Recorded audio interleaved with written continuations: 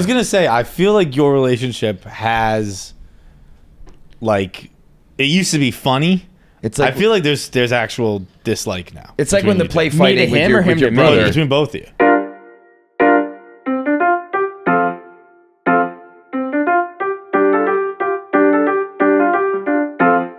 What is going on? Surrounded by dying people? What's happening here? I'm sore every second of the day. Well, you were working out though. Yeah, and so it makes sense. This guy over here is just, I don't know. Well, I'm scabby. He's scabby. What's that mean? Well, we played floor hockey in here, and so I got a lot of scabs on me right now. I got 1, 2, 3, 4. I think when I'm brushing my teeth, I think it's a nipple.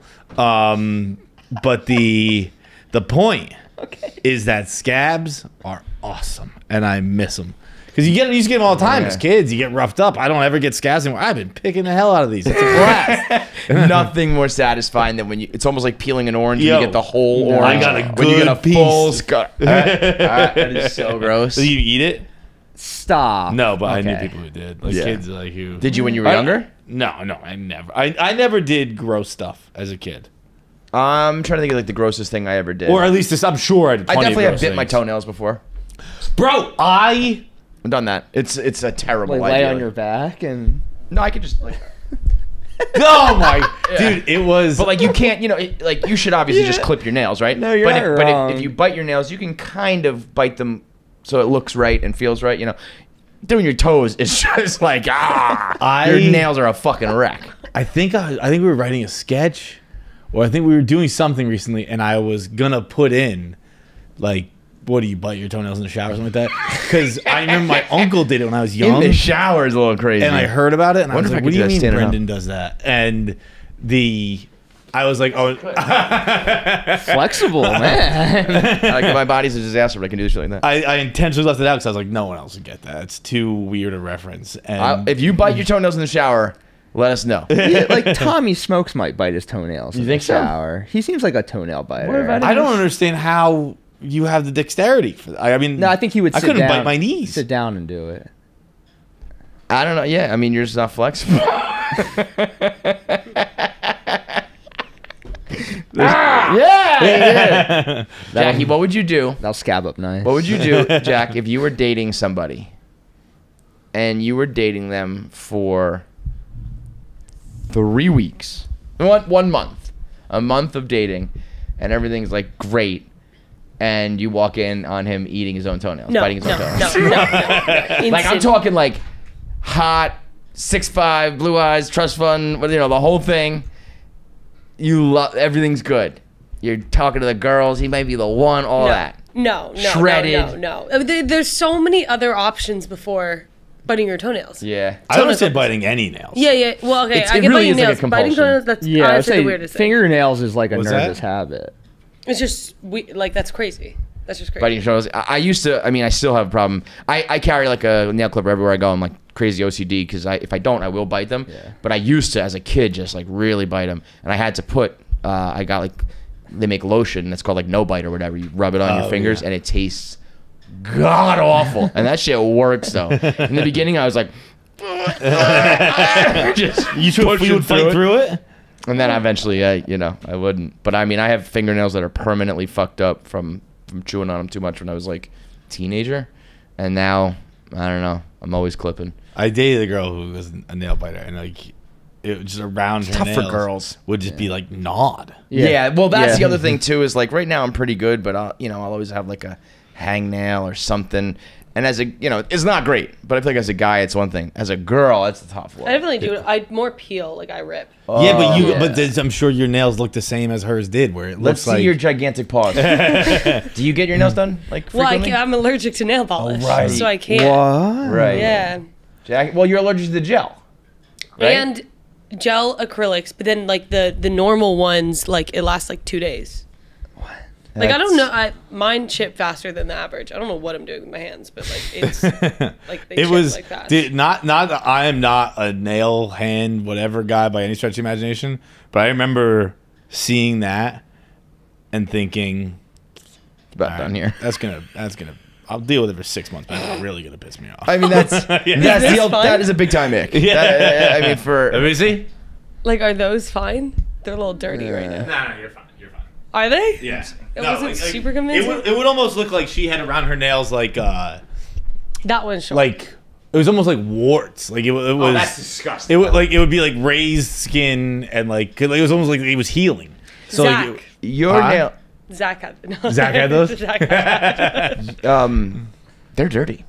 You gotta clean those. Okay. Why? I got. What are you like digging in the dirt? But they like, I actually, like all of my shape-wise friends and all ask that. me that all the time. What's that?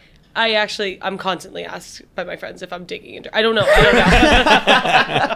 my friends are always thinking raccoon girl every time I'm around. You gotta clean them shit. I know. I don't know. But the nail like shape and all that looks fine. It's my self tanner. It's like if I scratch an itch, it looks like there's dirt. Oh, okay.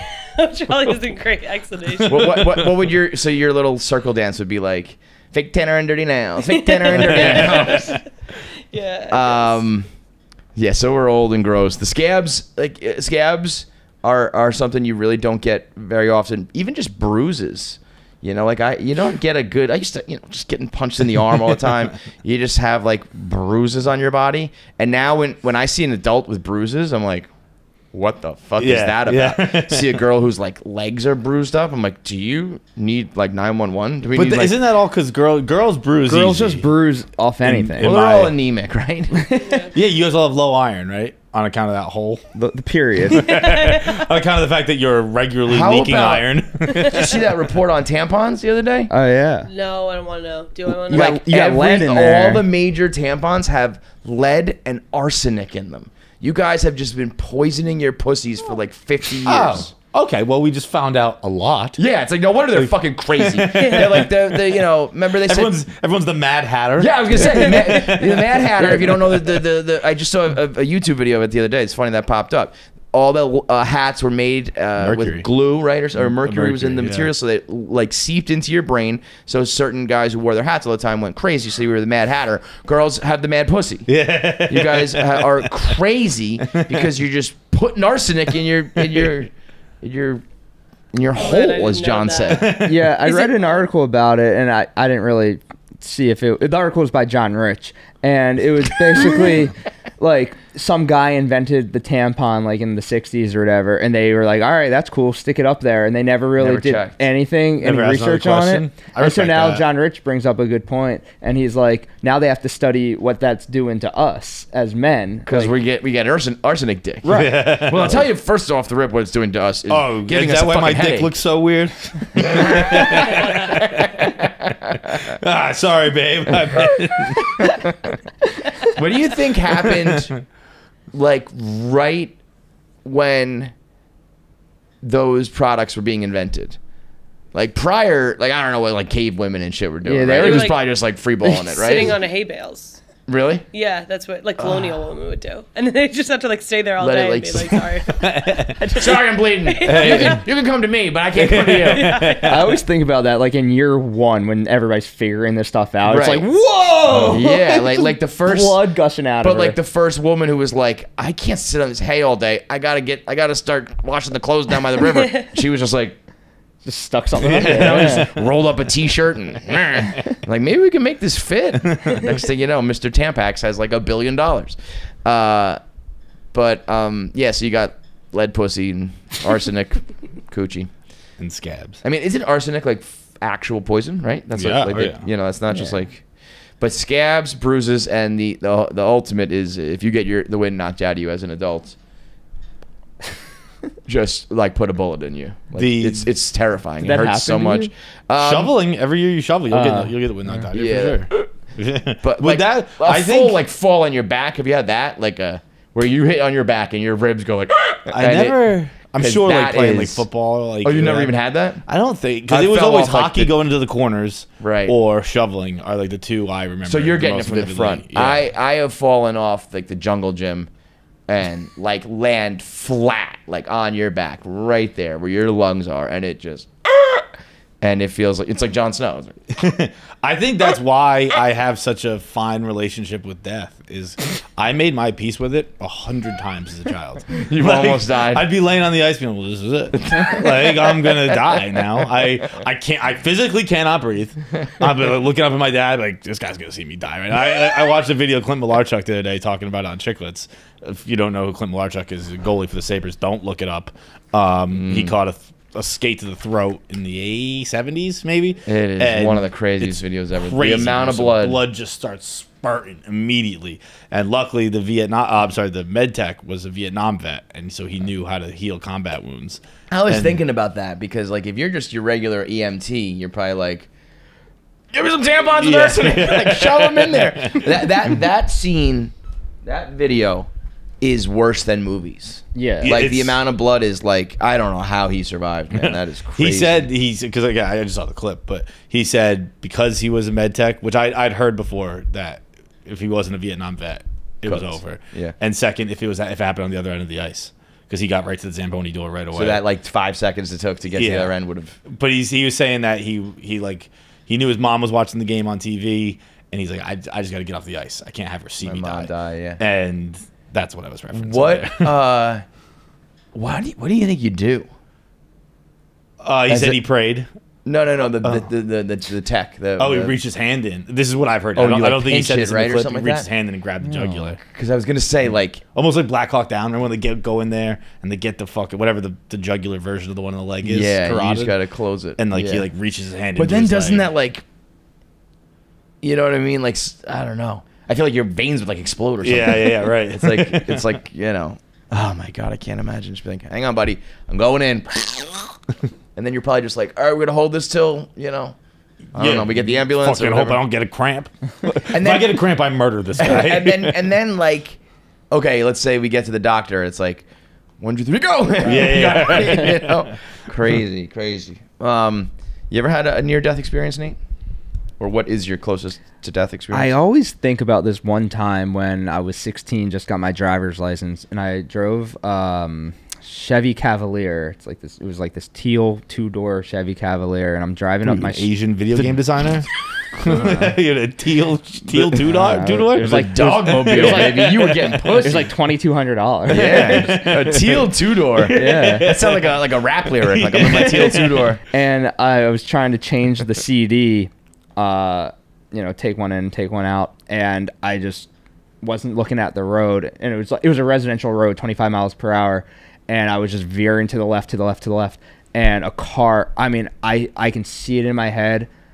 I must have been 6 inches away from a speeding car. It might 100% my fault too. Yeah. My life flashed before my eyes, Yeah. and I don't know how we didn't hit each other. Like, we were both being reckless as hell. He was speeding. I was in the left lane. I was supposed to be in the wrong lane. I think he was going 5 miles over. I was in the wrong lane. We were both at fault. He was 32 and a 25. I was on the left shoulder. I was just quite literally going against traffic. It's crazy that we let 16-year-olds drive. I mean, it was a sliding doors moment for me, where it's like I still think about that moment all the time. Let's talk about, turn my head an inch to the left or whatever it was. Like, that was that. Right. I don't know how we didn't hit each other. One time I was in St. Lucia, and all my families came together. We rented this major villa at the top. I think like the highest point of St. Lucia, the island. And so we had to drive like golf carts kind of back and forth, because it was so high. And we had like locals ran like a system where they would drive you. And I don't think we were in any danger, because these locals are like, got it like that. Jesus Christ, my phone won't fucking stop. That's what mine did last time. That's why I kept thinking that was mine. Oh, I have a story I've told it before, very similar to yours, what you're about to tell. But this guy, so he was like turning around, and he like backed up, and I was hanging over a cliff. Yeah. Like, I was sitting in the back, just kind of like facing the back, and the wheels went like over the edge. And I was like, oh, and I don't even think he noticed or cared, or probably did it on purpose.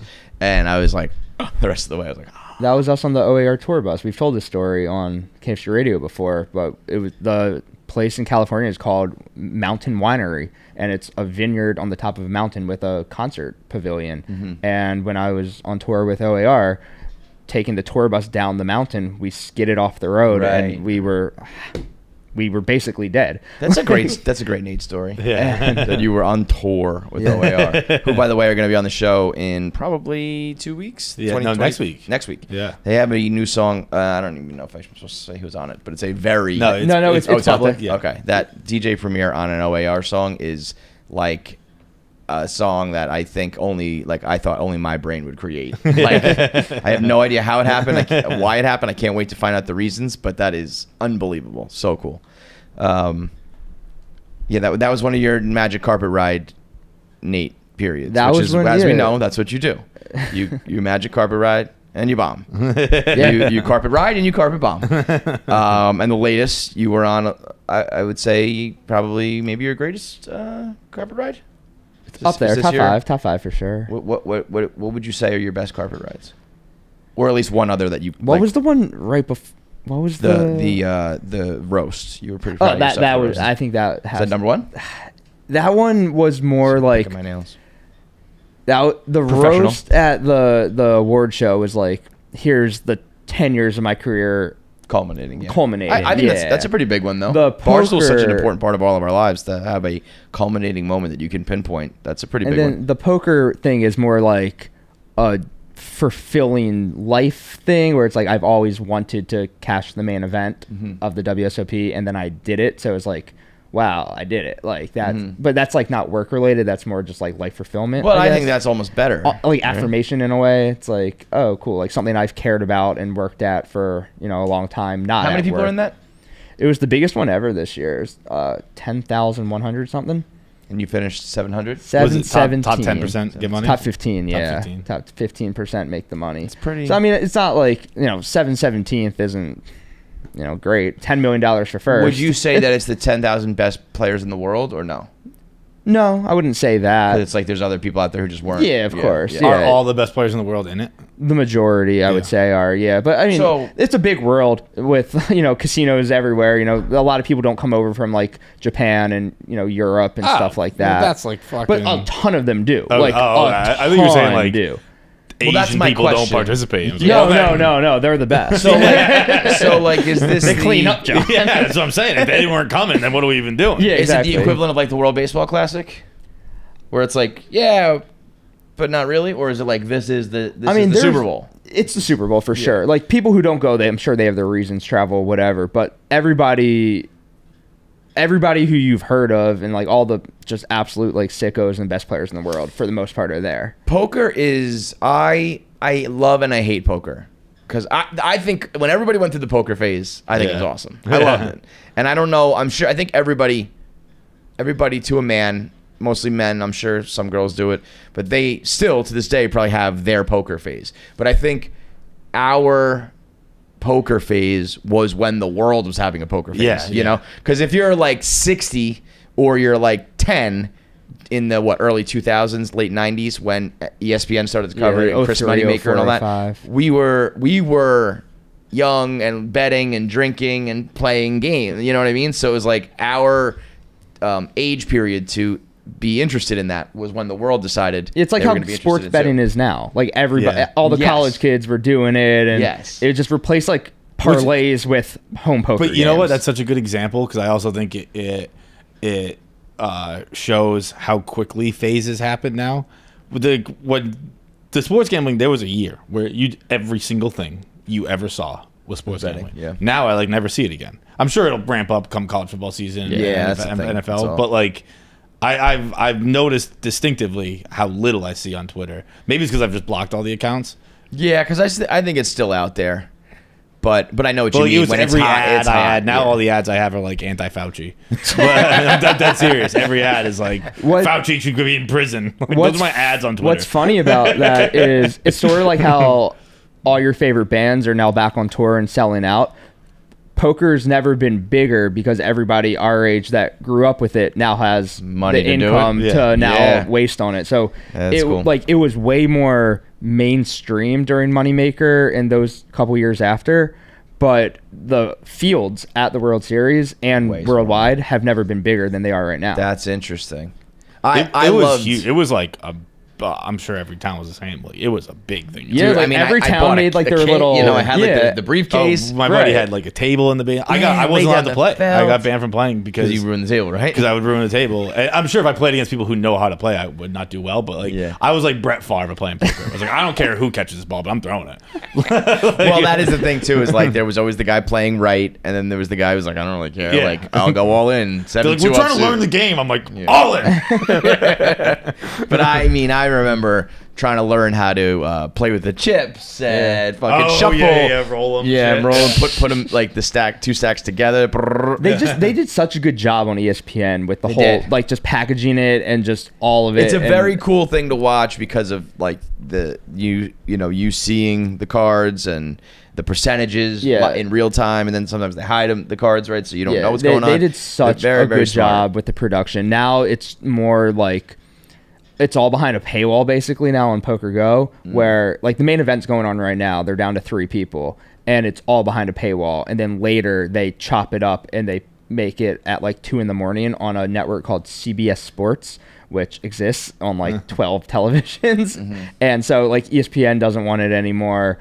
It sucks though, right? Because like online is only legal in 5 states. So without that money, it like Full Tilt Poker Stars, you just dominate. You know, everybody had the patches on and all that stuff. None of that exists anymore. So what is the argument for having, because sports gambling is legal in more than 5 states, why can you do sports gambling and not online poker? Take it up with your congressman, man. Like, it makes zero, especially because poker at the end of the day is skill based, and it's probably the least of gambling, right? And the lottery is just the lottery, and so that's why I have the love hate with it, because it became very like I'm the Brett Favre, and people, you either became like obsessive and. It's like, oh well, we can't just like play now because you're like a freak. Kevin. Or it's so bad now. It's like a whole different game than what you even know. Really? So there's things called solvers, which are basically like it's a computer program where it shows you what you should do optimally with like every hand, with every bet sizing on every flop. You know, there's thousands of combos of all this, and people study this shit nonstop. It's so complex, and the really good players are just like maniac smart, and they understand all this stuff. The game's really hard. I mean, to me, like it's about bluffing and all that shit. No, I mean, I missed that. I mean, I still kind of play that way, like street poker. Back when it was like poker was poker. now like you don't have to be, but the elite players who Dave thought he could beat in the 250K. Well, so that brings us to this. You are. It's 2 different games. What Dave thinks poker isn't what it is. It's so hard. Now, you said the $20,000 heads up thing is going to happen, right? It should, yeah. I can't put words in Dave's mouth, but you've been pushing for this for a while. Initially, you wanted it was 10 Dave's to 1 odds. It was Dave's idea from the beginning, 10 years ago. He floated the idea 10 years ago. I accepted, and he's been dodging me for 10 years. Now, Dave's response to that is like, I'm too rich. Well, I'm running a company. No, but he's also like, we talk about this like every now and then. It's not like I'm thinking about this every single night that I wake up. You know what I mean? But yeah, it has popped up enough that I think it's either time to do it or not. But now it's gonna be straight up, no odds, no 10 to 1, no nothing. It's just 20K. 20K each, which I'm fine with. Like he's trying to, which makes sense. He wants any edge he can get because he originally did offer me odds. Like it was his idea to do the heads up match and give me odds. I think that would make it a little more interesting because 20K is too little for Dave. Yeah, but now he's also so. Yeah, I was gonna say you guys could play for nothing, and Dave would be as excited and as into it as he will be for 20, as he will be for 200, as he will be for 2 million, because it's just about like if the dog beats Dave. Right. Dave will do that thing where he like smirks and he's like on the inside he's like fuck, So he's trying to get any edge by saying I can't sell pieces to anybody, which is fine, and that he won't give me 5 at this point anymore. You could put up 20, right? I mean, it's still more than I'd like to put. Of course, obviously, but like back then it was outside the realm of possibility. Now exactly, you can do it. And he's worth just infinite. Like another high noon can just got sold like into his pocket. Right. So it's annoying that he's good at poker. I would guess not. I don't know. I don't think I've ever heard Dave mention poker aside from talking about names. I bet he did it like, I'm sure he has, is the word like innate? Like I'm sure he has like natural feel for it. but I just have, I mean, hundreds of thousands of more hands played than he's ever played. Like, the experience factor alone, and just... Yeah, but here's the thing. I'm betting on Dave. I mean, that's foolish. Is it, though? Is it, though? It truly is foolish. You know what? It's like, you know, it would also be foolish to bet that, you know, the Patriots are going to win 7 Super Bowls. And it just happens. You know? It's different. Dave's not... It would be foolish to bet that, you know, Dave would get his company back for $1. John, what about you? You're on my side of this? I'm on your side, but I also I think you will win, but also I don't think it's. I'll give it 10%, Dave. I don't understand poker, but I know like Dave can just go all in and you call him and you lose. Right. You know, like, you could. I said it yesterday. Like, Dave can win. Obviously, it's poker. Like, you know, if skill was everything, Phil Ivey would win every single tournament he entered. Right. Unfortunately, skill isn't everything. Dave can get, you know, aces when I have kings and hold, or vice versa. He can have kings, I have aces, flop a king, win. Yeah. So I think if he wins, it will. So you're saying that it won't be skill based if he wins. Maybe luck is involved. Of course it is, but the good player, the good player. Would you say that Dave has good luck? I don't know. Do you think that your skill is able to overcome Dave's deal with the devil? It should, yes. You are as good as a poker player as the devil is at being the devil. Because that's what you're talking about here. I should win, yes. Like, it shouldn't be an issue at all. If you're saying you are just gonna fucking dog walk this guy. You're saying he's out of here. Yeah. You're done. Yeah. I don't know what kind of structure he wants to do, but yeah, like, he should not. What does that mean? You know, like, how deep stacked you start. Got it. Like, what kind of just like format we're going to be playing. But yeah, no. But this level of confidence you have was absent 5 minutes ago, because like the 20K, it should be like 100K. Who cares? There's no chance he wins. Dude, I wasn't even going to play the main event, and that's only 10K. And the main event's like the only thing that I like, because I'm so scared about money that I'm just like terrified to spend money. And so, like, if Ben Mintz wasn't, like, such a drug addict and wanted to go to the Sphere so badly, I just love throwing that out. But, yeah, no, Ben Mintz wanted to go to the Sphere to see a concert, so he punted the main event. And then Big Cat... That's crazy. Yeah, he just torched. And then Big Cat just didn't even... I got put in such a corner by Big Cat where he didn't, like, text me. He just, like, quote tweeted Mint saying, like, I'm out, and goes...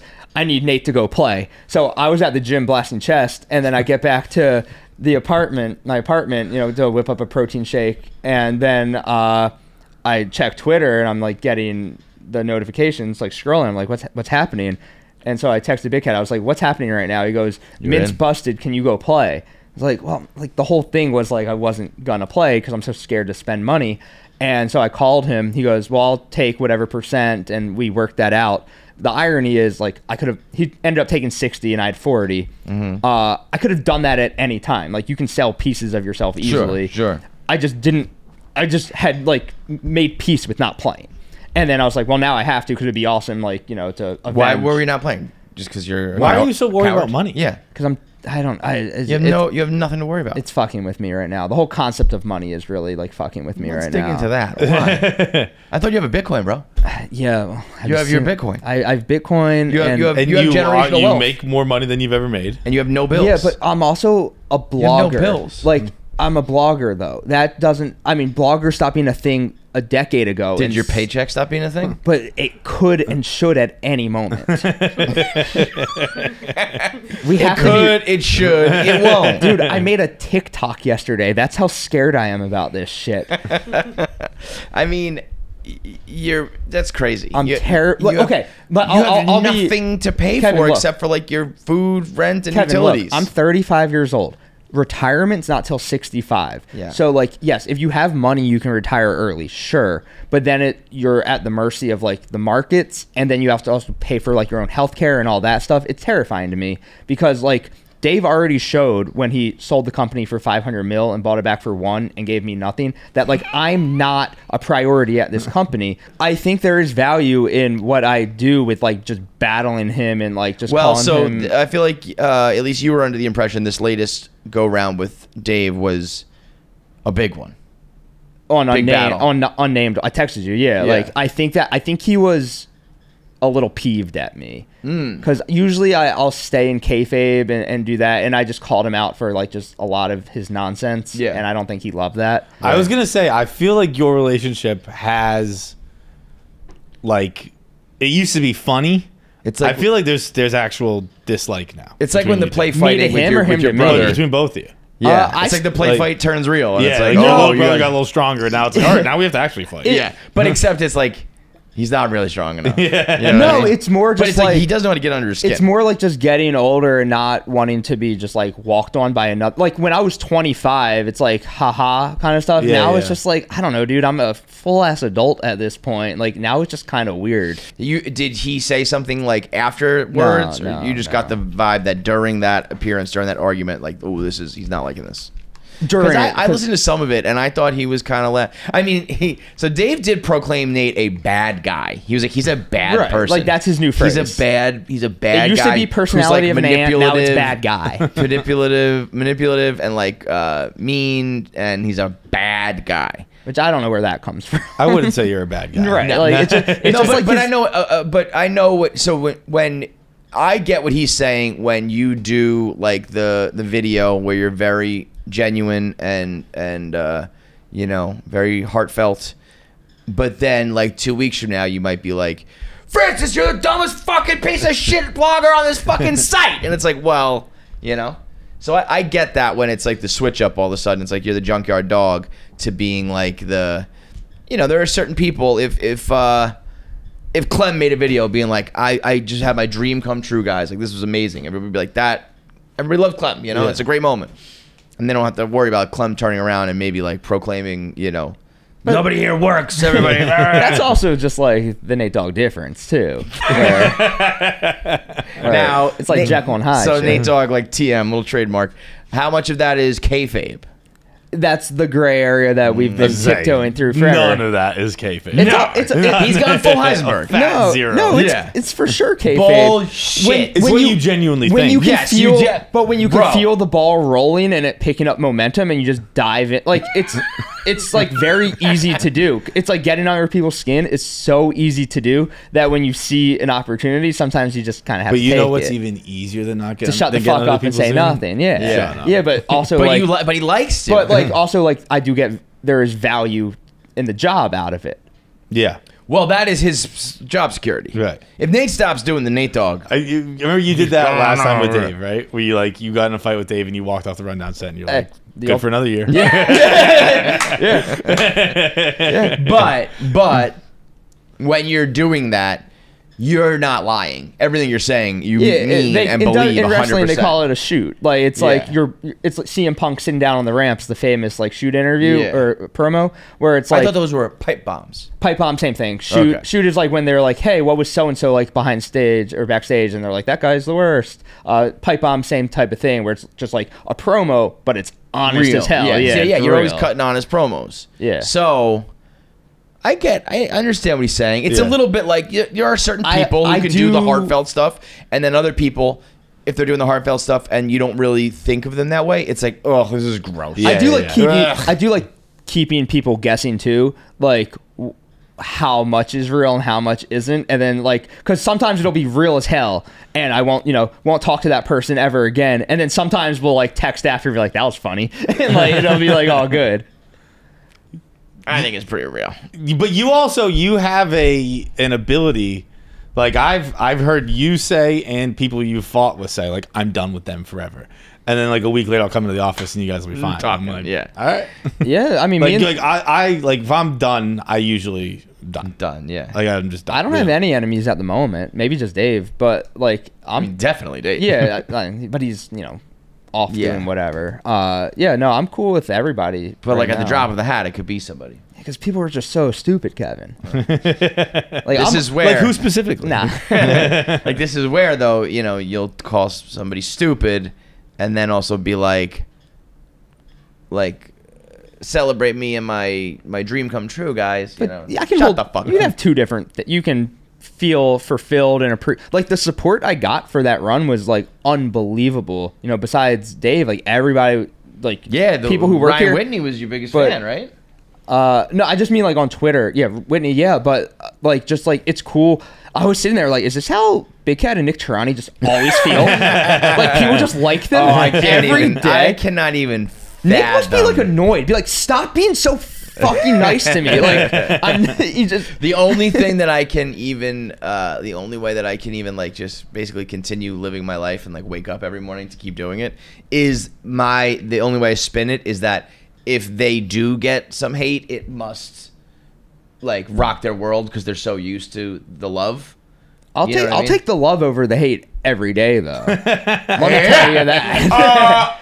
I remember a former. I love when some people will be like, I love the hate, or right. So a former employee who I'm not going to say their name tweeted one time like, hate views are all the same, and I was like, no, they're not. Like, you want people to like you and like the product you're making. Now there is some truth to like, but I'll take your views, and like if I get 1 million hate views, I'm still gonna get my paycheck. I'm still gonna get all that. But internally and like emotionally and just logically.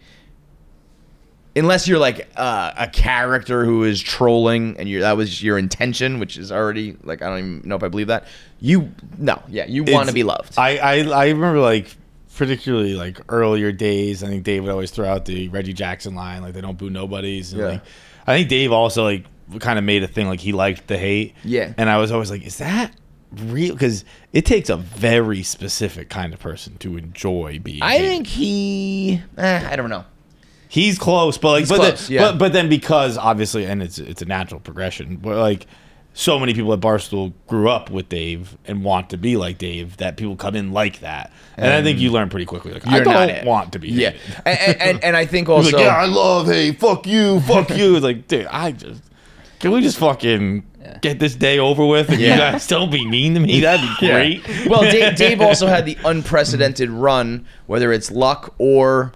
I also think for him it's a little bit of skill because he's very good at debating. He only really goes to war when he's in the right or he has the evidence or he has the receipts or whatever. So he wins a lot of the battles. So it's like when you get a lot of hate but you come out on top, then it's pretty awesome. Yeah. It's when you're losing and you don't have the money and you don't have the #1 views, you don't whatever, then it's just like, well, the hate is just like people telling me that I suck and I kind of do, so this sucks, But if you can, I can understand. It's like Reggie Miller being like, I like to play on the road, like I want, because he would hit the shot. Yeah, right. Because you're fucking Reggie Miller. Yeah. If you're not, who doesn't like play on the road? Brian Scalabrine. I've now been compared to Reggie Jackson and Reggie Miller. I was like, Brian Scalabrine's like, can we play all 82 in Boston? That'd be perfect. Lovely. Now, but you can get thick skin and you can like toughen up and be like, the hate is not going to stop me. It's not going to bother me. And maybe even weaponize it a little bit, being like, I'm going to prove you wrong or whatever. Yeah. But if I could sign for all that stops and people just are nice to me. Yeah. I imagine that. I imagine everybody starts liking me, and I'm sitting there like, oh man, I don't have any haters to prove wrong. What? But haters are my marketing team. People say shit like that. It's like, again, there is some truth to it sometimes, but it's not like your desire or your. No, I'd rather make stuff for the people that like me. Bro, did you see Mr. Beast hit 300 million subscribers? What's that guy's deal? 100 million. I mean, that was the country of America in like the early 2000s. Like the whole fucking United States was about that. 300 million people subscribe to your channel. I mean, that's like sickening. Yeah. That's like, it's like no one man should have that power, He put together something. But also, despite, I think, just the way the world is, like, I know what Mr. Beast looks like now, but for a long time, you can have 300 million subscribers, and I think Mr. Beast can walk down Fifth Avenue. I know what you're saying. I know what you're saying. Mr. Beast could show up. My mom has no idea. Like, who he if is. Mr. Beast went on television and said like, "Hi, my name's what's his name, Ryan, I think, whatever," and just said his real name instead, I think those are kind of things, like if he announces where he is, then it's a problem. Because they know where to go. But But I think Mr. Beast can just walk out. I mean, and live a life. He can't. He's just too famous. But I know. I don't think he. I think he could. He's the weirdest type of famous where That's a good question, don't know his real name. Maybe I don't. But also, I think we do know. He'd probably. We don't. I don't. But, he could walk like, down I'm Fifth saying Avenue. It's not a secret. Like it's out there. Yeah, We just don't know it but yet. it's weird that he's that mega famous, but also we don't know much about him. Yeah, but he cannot. But walk we're down also the kind of street. in that world of like. I bet he flies private Jimmy. everywhere. That's Jimmy Donaldson. Yeah, well, yeah. Well, he also bought like a neighborhood I think in Michigan. It's like his whole operation. He bought houses for people, so he almost has like he has a cult. I think he runs a cult. Not a great guy. Like not a great guy. No, does like he gives like blind people eyes and he gives water to like the starving, thirsty people. And every time he does anything, people are just like, "This guy's the worst." He's doing it for views. He's bad doing guy. It, He's a bad guy. Bad guy. Just like Yeah, I'm out on this guy. But I mean, 300 million is a level of like. His name's Jimmy. Yeah, Jimmy Donaldson. That makes sense. He looks like a Jimmy. He's a big sup guy. You know how old he is? Sup dog guy.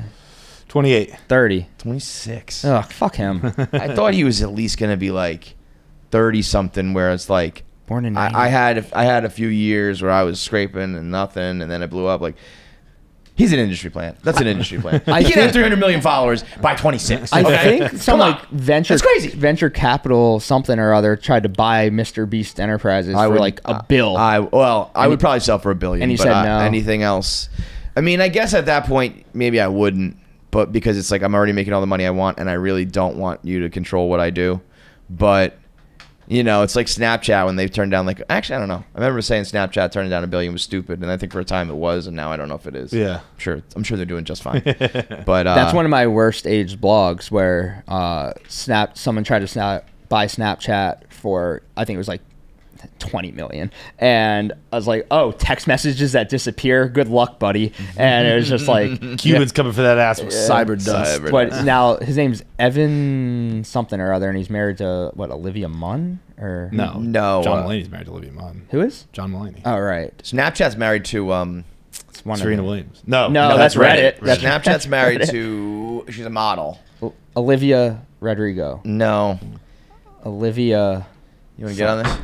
Dude, I've been watching. This kind of connects here. I've been watching Silicon Valley just because I've watched all my shows so many times. And first of all, I forgot that was Jack doesn't know what to type in. Mr. B. Snapchat season. The moment's gone. I don't know. Snapchat Steve. I forgot how that show did 6 Snapchat's wife. seasons. I watched 2 of them. 6? Yeah, Well. I don't remember 6. Yeah, 6 seasons is neither a do I. long fucking Were the time. first ones short? Like Veep did 6 seasons. Yeah. Silicon Valley did 6. No, they weren't short. They're all 10. She actually put Snapchat Steve's wife. It's like a Victoria's Secret model.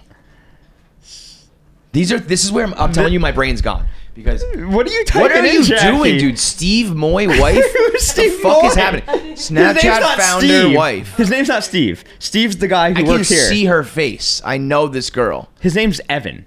Miranda Miranda Kerr. Kerr. I could see that face. This is how I know. Yo, I think I'm conservative now. I think I'm a full blown Republican after the assassination. Welcome to the club, attempts. brother. Yeah. I'm starting to think that my memory went because of the vaccine. I think the vaccine and Yes. and my skin not being able to go out in the sun I'm joking about that, but I did think to myself, you really are a type of person who either like looks for those things and says those things or not. Like if my body just like stops working, I'd just be like, I don't Vaccine. know. I'm getting old and this shit sucks. I wouldn't be like, did I take the vaccine? Did I take this? Did I take that? I'm not going to attribute it to anything other than like I suck. Yeah, 100%. You know? So these people who are like, I have long COVID or vaccine or anything that's like, I'm blaming this, so I'm suing for that. It's just like, if my lungs go or my brain goes or something, I'd just be like, I am not good. Yeah, Like, anything that happens I'm to not- me or I did was my fault. Yeah, Like, yeah, that's yeah. 100%. And I'm sure these doctors are like, no, like it's from mesothelioma. Like all of you have it because of this shit. But I was thinking, I was like, everything just like went to shit like a couple years ago. Yeah. Fauci. I started working out because everything I read was like, every old person who can't, sit on the floor, play with their grandkids, every old person can't walk anymore. They all regret not taking better care of themselves. So after 5 years of not taking care of myself, I was like, I got to One day becomes day one. Yeah. Yeah, that's it. One day or day one. And so I started Where'd you read that? It's just what us gym junkies say. You're the worst. You're the worst, bro. So I started working out and eating super healthy, and now it's like I've replaced, food I like and getting high and laying on the couch with taking better care of myself. But Did you really though? I'm just sore every. I'm sore every day. I love it. Yeah, I'm addicted to it. But the downside is I don't eat any ice cream or good food or anything that I like. But so you hate that. Super healthy though. Yeah. Super ripped. Yeah. No, I mean, good for you. You're doing it big, man. It's great. When are you gonna join me? I've been saying I have to for like 30 years. With me. Toss some plates around. I got the trainer. Doing band work, resistance stuff.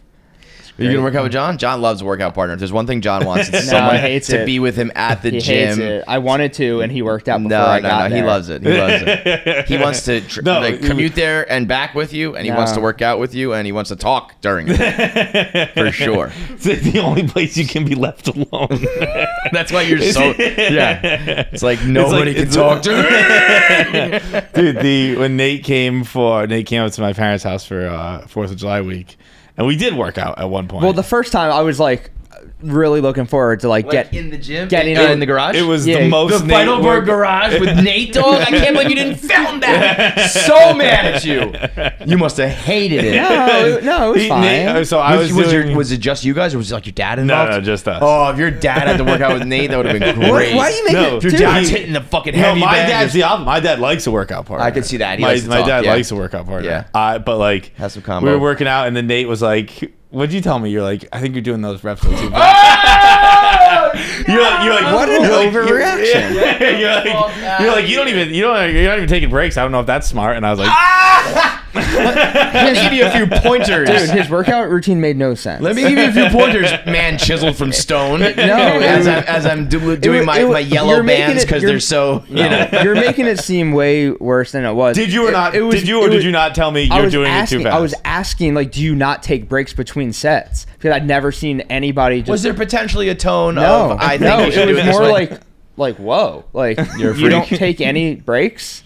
Well, then I think you need to work on your delivery, because if I know John, he's probably ready to throw those dumbbells at your fucking head. I've been thinking about it for 3 weeks. I was like, no, that wasn't just let me work out in peace, please. No, that wasn't what I was implicating at all. I apologize if it came off differently, but I was more just stunned, like, oh, wow, like, just all gas, no brakes, huh? I'd never seen anything like that. That also does not surprise me at all. I could just see him just like nonstop, that's move every different direction. What it was. I was like, you don't want a breather? Like, no, but he's John doesn't need oxygen. It was wild. I'd never. I went to the Feits gym and it was great. Just got a nice little pump in. So, who do you think tried to assassinate Donald Trump? I mean, Dante was here. It was Dante, yeah. Dante was here and you didn't have him on, which I think is a huge slap in the face. I was not in yesterday, but I tweeted, he flew here. Once I knew, the marksmanship thing you told me, and then I heard that they found like no trace of anything about Trump on his computer, and I was like, look, my tinfoil hat's starting to go up, and I tweeted that right away. I got a text. Are you in the office? I'm flying to New York, and I said, I'm not doing a show with your crazy ass. I do think some things are fishy, but I'm not going down the rabbit hole with you. And he texted me. He said, like, LOL. He's like, fine, but at least you're starting to ask the right questions and think the right way. Dante, I feel bad saying this not in front of him. Kind of. He is. It actually. So this is. We did a show together yesterday, and he is that phrase right there. Like, at least you're finally starting to ask the right questions. There was, when I was in middle school, okay, bear with me on this. When I was in middle school, there were about 8 goths in school. Goths? Yeah. Yeah, okay. And they all had the same shirt that said, "You're all the same." All of them had it. It must have been a Hot Topic shirt. Mm-hmm. And it would piss me off to no end, because I was like, no, we're actually all a little different. Yeah. And we all have our own fucking clothes, but we're all sane, but we're all a little different. Yeah. Whereas Dante's one is just like, I'm going to go the extremist way and think exactly what they think, and I'm going to call everyone else people who don't think. Right. Like, no, you're just thinking, I can predict what you're going to fucking think. Right. Right. Yeah. I mean, you could. That's the worst thing that you can have when you're talking about these type of topics. It's like, if I already know what you're going to say, especially if something like he's just going to say inside job, government, whatever it is, though. If it's just like, I know 2 or 3 of your policies, and now we bring up abortion, and I already know what you're going to say. That's not good. You know what I mean? Like, you should at least have a chance that it's like, tell me what you think. So, yeah, and it's like, you don't need to tell me what you think. I'll tell you what you think. Dante's in a pickle right now because half of him is saying inside job, and then half of him is saying political violence, which completely contradict each other. Yeah. It's either like a rogue crazy person or a setup, and he's kind of saying it's both right now. But then I did ask him yesterday, all right, if it's an inside job, which side? Is it deep state Republican or like the Biden crew trying to take him out? He goes, I don't know, man. Yeah, well, he did say to me, he said, I don't know, but something stinks the high heavens. I'll say, I did read a tweet this morning where it's like 5-foot ladder, but drove like a Toyota Corolla. How did he get the ladder in there? I was like, good point. Very good point. I think it is kind of crazy that there's no signs of him. Like, I just don't think a 20-year-old even. It's like, I don't know. You were a fucking kid when all this shit was happening. You couldn't even vote. So here's the question for the deep staters. Through history. Like, why would you guys be told everything? Yeah. Like, right. Well, sure. But I think that they're... Like, why would they be honest about that? I think it would be weird to we're gonna lie about everything, but here's all the real stuff. Now here's the thing: there's the biggest shooting. Why would you publicly say there was nothing found on his computer? Well, I think there really was nothing found on his computer. That would be so weird. You don't think that like when everybody does everything digitally that there would be you wouldn't have any like it's tweets peculiar, or posts or like stuff happens every day. Yeah, yeah. Like. Even just like, you got to figure out how to, get your gun and how to fucking when you watch TV shows like The Boys and Homeland, like, by the way, when the assassination happened, I was thinking The Boys, Seth Rogen and them are fucking writing another. It's becoming like Veep, but it's crazy that a superhero show is now There's reality. Always reasons that are so above what our little peasant brains can even process that it might just not even be worth like telling us, because so many things that we can't even comprehend happen every day to keep the world spinning. Like A Few Good Men. Like, you want me on the wall, you need me on the wall while you're at your parties. Like, I do think I think I'm at a point where I'm like, I don't trust anything ever. And that might come across crazy, but it's like, I do think there was probably some fishy shit going on. I just don't know what it was. Yeah, I think you'd be silly not to have those thoughts. Like, just take everything at face value is kind of strange to me, because... That's you, right? Yeah. But do you do that because you're like, you actually believe it, or because you're just like, I don't know the answer, I'm not going to figure out the answer, I'm not going to stress over this, so I'm just going to say, okay. It's in the middle. Yeah. I think, by and large, 99% of the people I interact with are truthful and honest, and I think that's a good sample size. Yeah, but that's at this level. At government assassination levels, stuff is much different. Yeah, but people are people. Like, I think there are like 6 kinds of people. We've met them all. They're all here. I feel like in my regular life, yes, but I feel like in public life, like... But I think that's the kind of stuff, like, I think that's what regular people tell ourselves. But we know it's like you just believe in religion. But that's not true, though, John. Because it's just a religious there's belief. documented CIA operative on the record, like stuff, anti-American stuff, like schemes, assassination attempts, all that by the CIA. So when people are like Dante, are like, well, CIA probably did this. There's also stuff to kind of back him up that they are capable of this type of thing. No, it's happened before. Yeah, so I don't think it's silly to consider this. I don't think it's outlandish. I'm not saying it's silly. Yeah, well, a little bit. You do. But I also don't bother. I don't care to. I think it's actually more likely to say that somebody was either framing or influencing or manipulating, rather than just like a 20-year-old kid went rogue and did this. Maybe. Maybe not. Maybe, I don't know. It just feels like... Wow. 5-foot ladder, Toyota Corolla. It doesn't add up. That's a funny one. It doesn't add up. No, it's like... That was the one that got me. Maybe I was he drove a different car. I was like, where did he put that ladder? I don't know.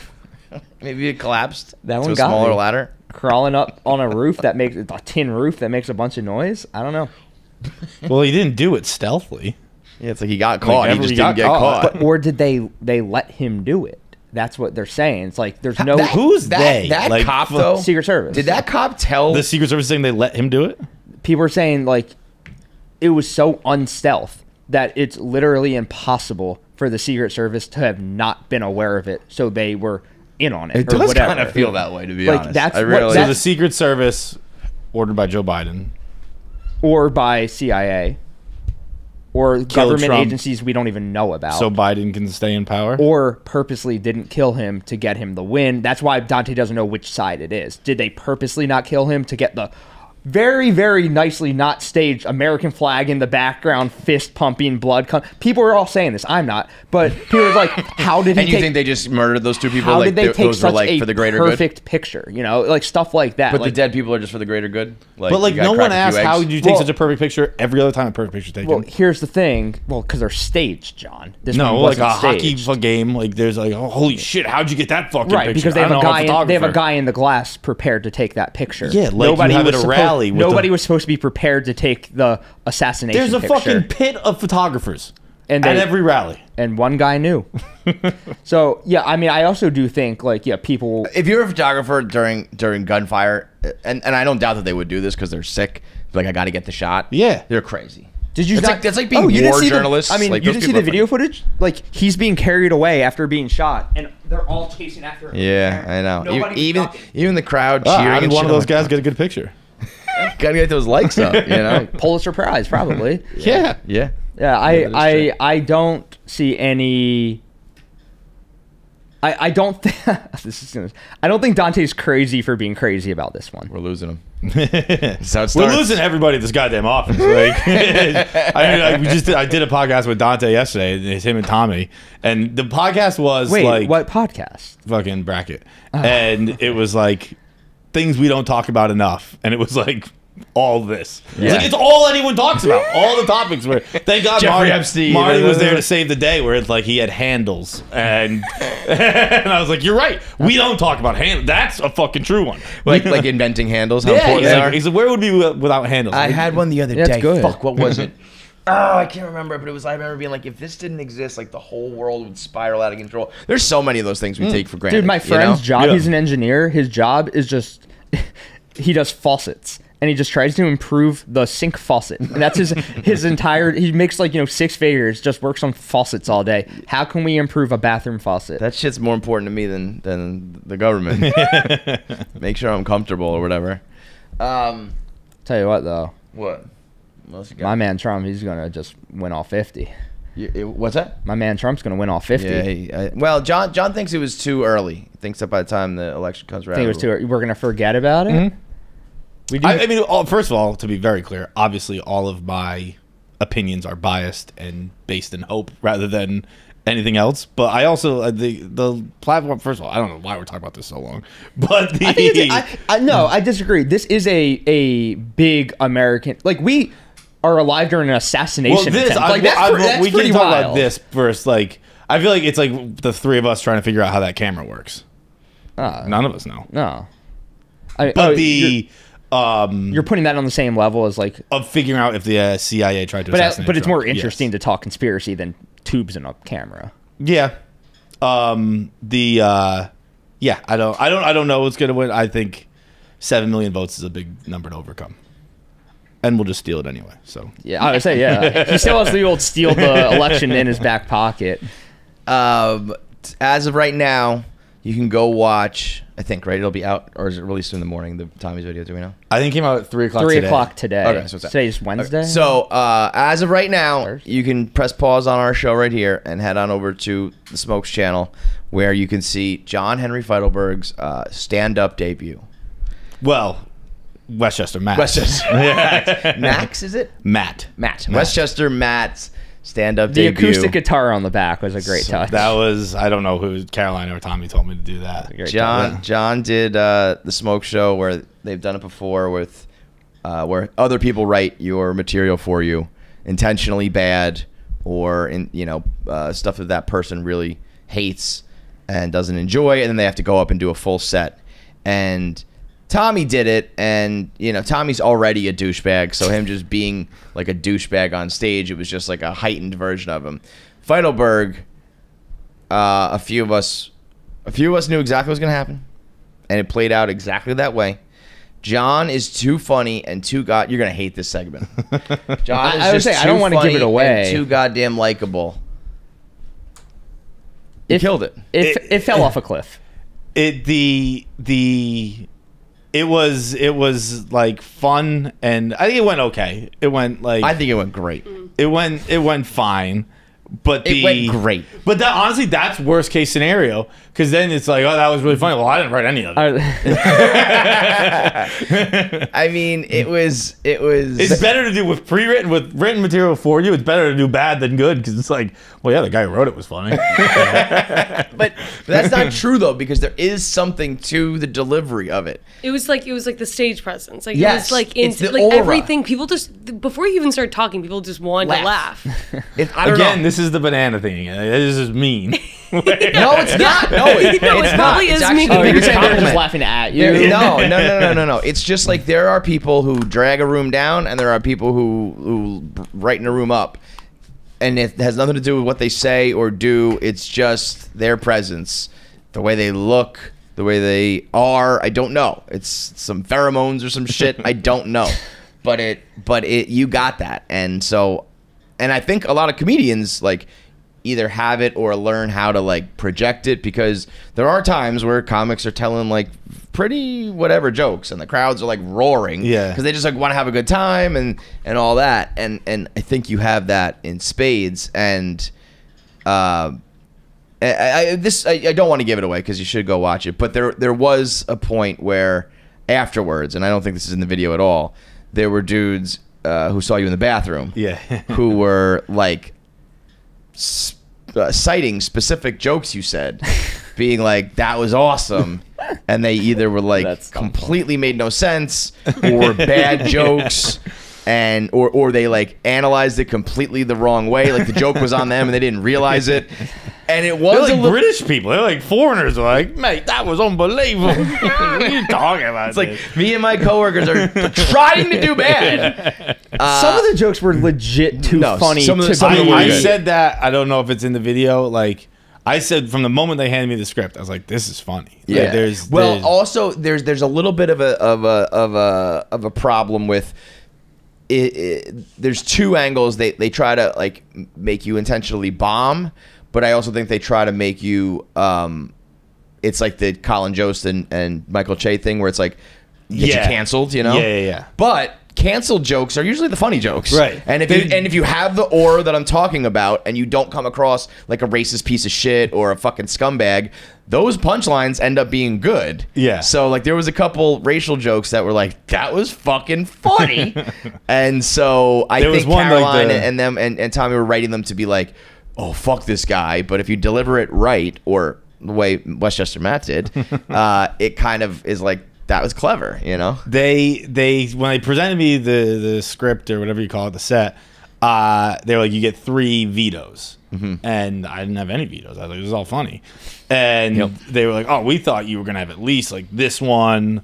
And I was like, no, those are the funniest ones. Why would I veto those ones? Well, that's what I mean. I think they think of these things as like third rail. We don't talk about it. And I think people like me and you, whatever, are like, I don't give a fuck. It was like the red wine. Red wine was red wine is so good. The ABCs guy who is went very on funny. ABC. ABCs is sophomoric but very funny. There's like, you know, jokes can be dumb and funny. They can be clever and funny. They can be rude and not funny, but they're rude, so it's good. Like there's a lot of different ways that. So I think some of those things they expected it to be like, oh man, like you're gonna come across looking like a misogynistic fucking white man, like loser or whatever, and it was like, those are usually the comics that people laugh at. Yeah. Look around, that plays pretty well. 4 girls did leave after one of my jokes. I forget which one. I didn't see it live. Getting a couple walkouts for this, what you're doing though, is kind of like the point. But it was hard. Like I did ask Tommy beforehand, because you kind of just touched on it, where I asked him, I said, am I supposed to bomb? Because I can go up there and bomb. Right. Or am I supposed to do as well as I can with this material? Right. And he's like, it's kind of in the middle somewhere. So I kind of, like you I said, thought you crushed it. It wasn't as character-y. Yeah, because if you wanted to bomb, you could just flub lines and not do punchlines. No, but that's what I mean. Like your delivery. I mean, you were there. You had one of the best sets of the night, in my opinion. Like some of it was really. I would say funny, the guy after him was in hell. This guy's been working on his craft for God knows how many years, and he comes out. He's like, I don't know how to follow that. Westchester Matt just burned the place down. You did deliver it really well. I mean, you just have to do stand up, John. I mean, do stand up, right? I think you should. I did really like it. Steve? Yeah. You have to do stand up. I think that also like the amount of times that it like you know how you have to spend years like working and like bombing and everything. I think that you could probably shave off like 3 years because of the industry you're already in, and another 3 years because like of your your natural like your natural disposition. Yeah. I actually have always thought like the stage presence and bombing and all that you do that I think is the main thing about cutting your teeth and getting up there and just getting over the fear and getting comfortable and all that. Yeah. But as far as material and shit, like every single blog we've ever written is like an open mic, set. You know, it needs to be massaged different ways and put into a better like. But you could stand-up also. joke. But you've done that. You can also go on stage as Westchester Matt and just be a character. Oh, man, No, I'd hate that. But like Larry the Cable Guy made billions doing that. If you could be Larry the Cable Guy level success, I mean, of course you you had would. to be. I think he's gonna say Of course no. he would. I would say no in a What are you talking 100%. about? I would have bet that too. He's like the most highest grossing comedian of all time. But like, But he has to walk around with a. I mean, the best part too was they were like, Get her done! we Awesome. Here's another $1 million, dude. I would hate that. I would. The best part What? was they asked like, we need like what should he wear, and I was like, John's wearing basketball shorts tonight. I was like, I know he's gonna hate wearing basketball shorts and give a bad T-shirt and basketball shorts, and he will be fucking. You wouldn't put the guitar you wouldn't play in a character for an hour a night. No. You're John Feitelberg in real life, and you're Westchester Matt on stage, and you're worth infinite. Not if I didn't like it. I like That doesn't surprise me at That's all. I can't wild. believe you are not surprised. Surprised No, by him. it's a normal Feits answer, but this one is like you could be the biggest comedian in the world. But I but it would wouldn't be also- happy. but Like right? How do you know? With the because I'm saying if I don't like the character, if I didn't like the character, like I'm pretty happy. like- So I wouldn't want to. Could you imagine if Westchester Matt had like a punchline? Well, imagine if like when John walked around, people would be like, "Yo, Westchester Matt," yeah, and he would have to like do it back, Right. and that would be like the Superman or whatever. Like People yelled "Saturdays are for the boys" at him for 3 years. So I know what it's like. yeah, he hated every second of it. Kind of already are Westchester Matt. I already did it without the money and was unhappy. Like, But maybe it would make a difference. The money would make a difference. but like I don't know. I have enough money. Like I don't have a lot, but I just have what I have, Enough. and like I'm pretty Yeah. content. I And- think it's no different than just playing like a role in a movie or TV show. Like you don't have to like the character. But it's you're- your it's only Permanent. character. Like you do it every night. You do a People see movie you. for 3 months. Also, and then, people outsiders absolutely understand the idea of acting. Comedians, people think are really like real. who's an 'Cause actor? most of Like them are. Harry Potter. Like that's just him. Oh, worst But- example you could use. All the Harry Potters are awesome. No, I'm saying, but like people Like- only. What's the Daniel Radcliffe? Like people just call him Harry Potter. You know? Yeah. Like, typecast. but that's fine because like that's your defining role. Your defining role would be Matt from Westchester. But Harry Potter is like Westchester Matt sucks. Dickhead. The Harry Potter kids all did it perfectly. Every Harry Potter kid just made a ton of money and then just started doing exactly what they want. You know, apparently I'm currently doing what I want. So Okay. they like the reason that the Harry Potter kids, because they were like kid actors, and like normally kid actors grow up like fucked up. So apparently the casting director for Harry Potter had been on the cast of, I forget what it was, but one where like Lindsay Lohan types, like they all grew up like fucked up, and like he felt super guilty for it. So his one goal with Harry Potter was he like checked their backgrounds and made sure that they all came from a good family, and that's why they all like grew up like great and normal. like I think Rupert Grint, I don't think he did anything until he started doing that Apple TV show. I think he just didn't act again. And then Emma Watson went off to college. Daniel Radcliffe started doing weird stuff. He's doing theater now. Like that's sick. To just have all the money now. You're like, I can just do whatever I want now. Like that's fucking awesome. Yeah, he had to go dong out to kind of like wipe away Harry Potter from him. He's like, look at my cock. Yeah, which is like not the worst idea. He went. His first thing after Potter was like that horseplay on Broadway where he just like slung his dick around. Oh yeah. A little uncircumcised. And then there's that one where he's the dead guy who just farts all the time. Yeah, like that was on FX, I think, right? Like just like be like, yeah, I don't know. I like weird shit. Let's just do weird shit. There was I saw a video the other day on the dude. Very interesting career of the guy who was the lead on Freaks and Geeks. You know that guy? Yeah, I don't know. So he was name. like the one. He's like the main guy, but he's like the least famous of the bunch. Right. Is that Martin Starr? Is that from Silicon Valley? Is that his name? I'm not sure. I haven't seen Freaks and Geeks, but I think he's in Silicon. He went on to do Bones for like 200 episodes. Oh, so it's not him. And then wrote Spider-Man: Homecoming. Oh, he wrote that? Or No Way Home, one of the two. He just like he's done very, very little. He did. Oh, I shouldn't say that because he did like hundreds of episodes. That guy, John Francis Daly. Yeah, I think is him. That's him. So he did Freaks and Geeks season 1. Everybody loved it. Then he did Bones, and then like kind of fell off, and then look at that. Like since Bones, he had like Game Night was kind of alright. Dungeons and Dragons, I enjoyed that. Game Night? No. He's in Game Night, I think. Okay. And then he was just like, I'm gonna write Spider-Man. I don't know how he got the nod for that, but he wrote fucking. Click to make sure that's true, because this could be a. I think he wrote the Vacation movie, the updated. With, not Ed Harris. I was gonna say Ed Helms. Yes. And then I think, co-wrote, and it was just like, I also wrote fucking Spider-Man: Homecoming, regarded as like maybe the greatest fucking movie ever, Superman movie ever. What's it called? What's the fucking word I'm looking for? God damn it, my brain. Superhero? Yes, I have just vaccine, bro. The jab got me. Apparently, they still want you to do that. They're like, go get your booster. That's fucking crazy. It's like, well, who's gonna do that? People get flu shots. What's that? People get flu shots. Pussies, yeah. DeMar Hamlin died on the field. Vaccine. Do some voicemails? What else we got? Yeah, I'm not voicemails. Yeah. All right, let me take a piss real quick. Can I get a takeoff? Sure. We send all that money to Ukraine. Oh, Jesus. Go pee. The subway stations in New York City, they can't put a fan in.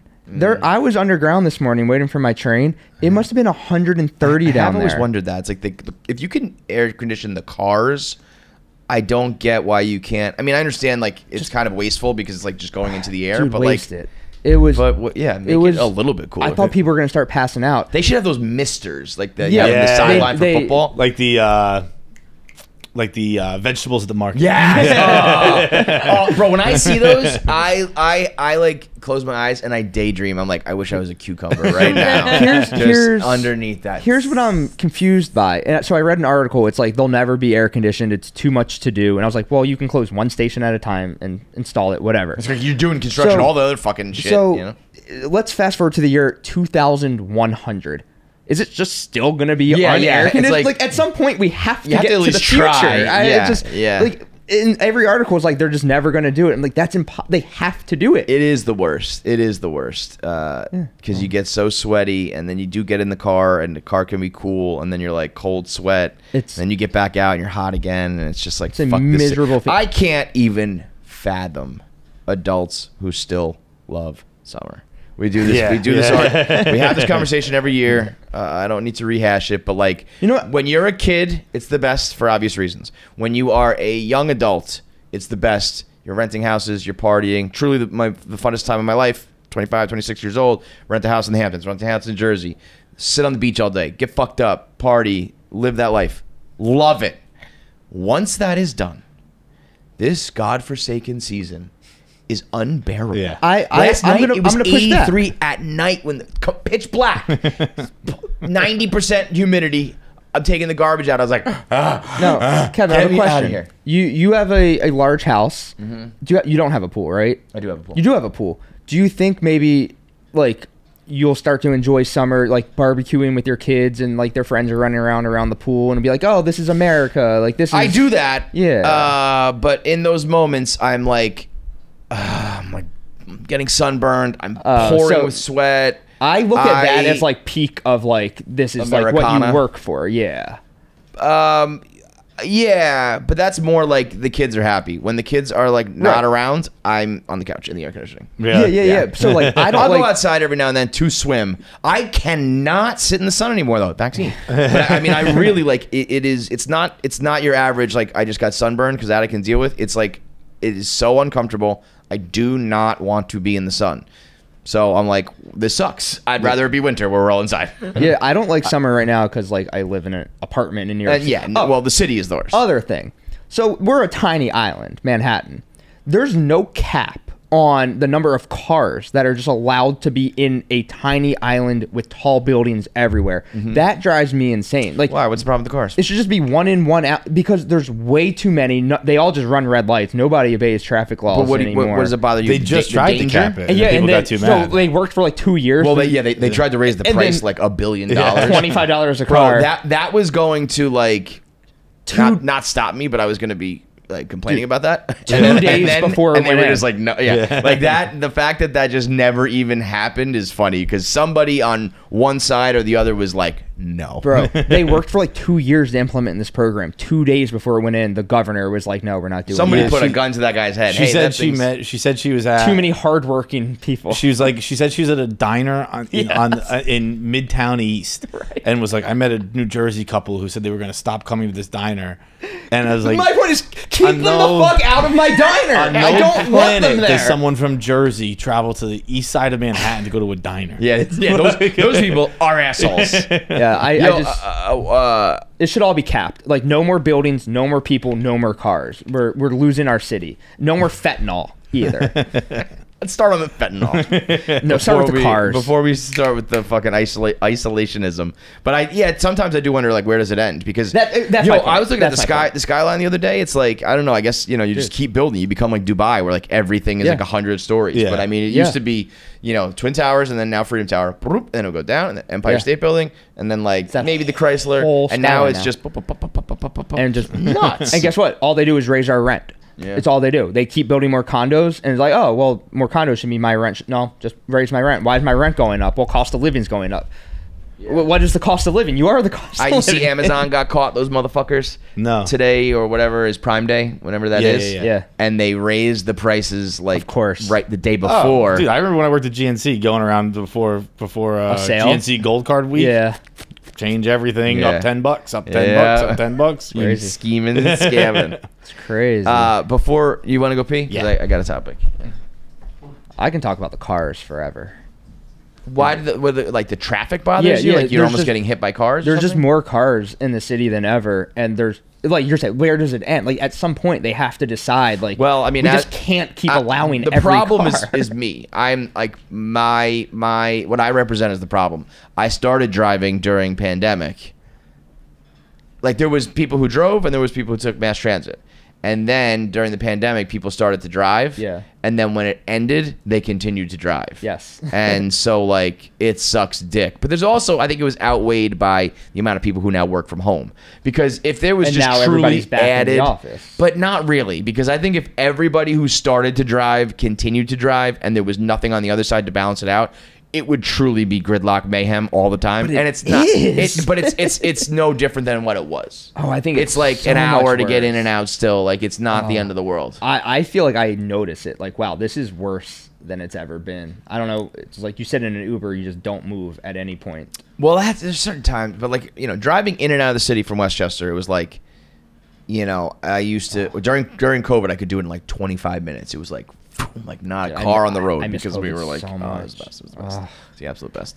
And then it like started back up to like 45 and now it's like an hour, but it's like driving from Westchester to the city usually takes an hour, So however many we added, we must have subtracted somewhere because otherwise it would be a nightmare. I do get confused. I would love to talk to like an actual urban planner. Like, is there a cap on like we can't fit more people on this island? Like, where do they go? Like, I don't understand. Build up. I just don't get how it build works. up, At some point, there has to be some inflection point where a city can't contain this many people anymore. I wonder though, what? Like, why though? Like, what? There's not enough fucking food or something? Like, what? Maybe what stops you? The exhaust from the cars. I don't know. There just has to be. Stop something. being a pussy, dude.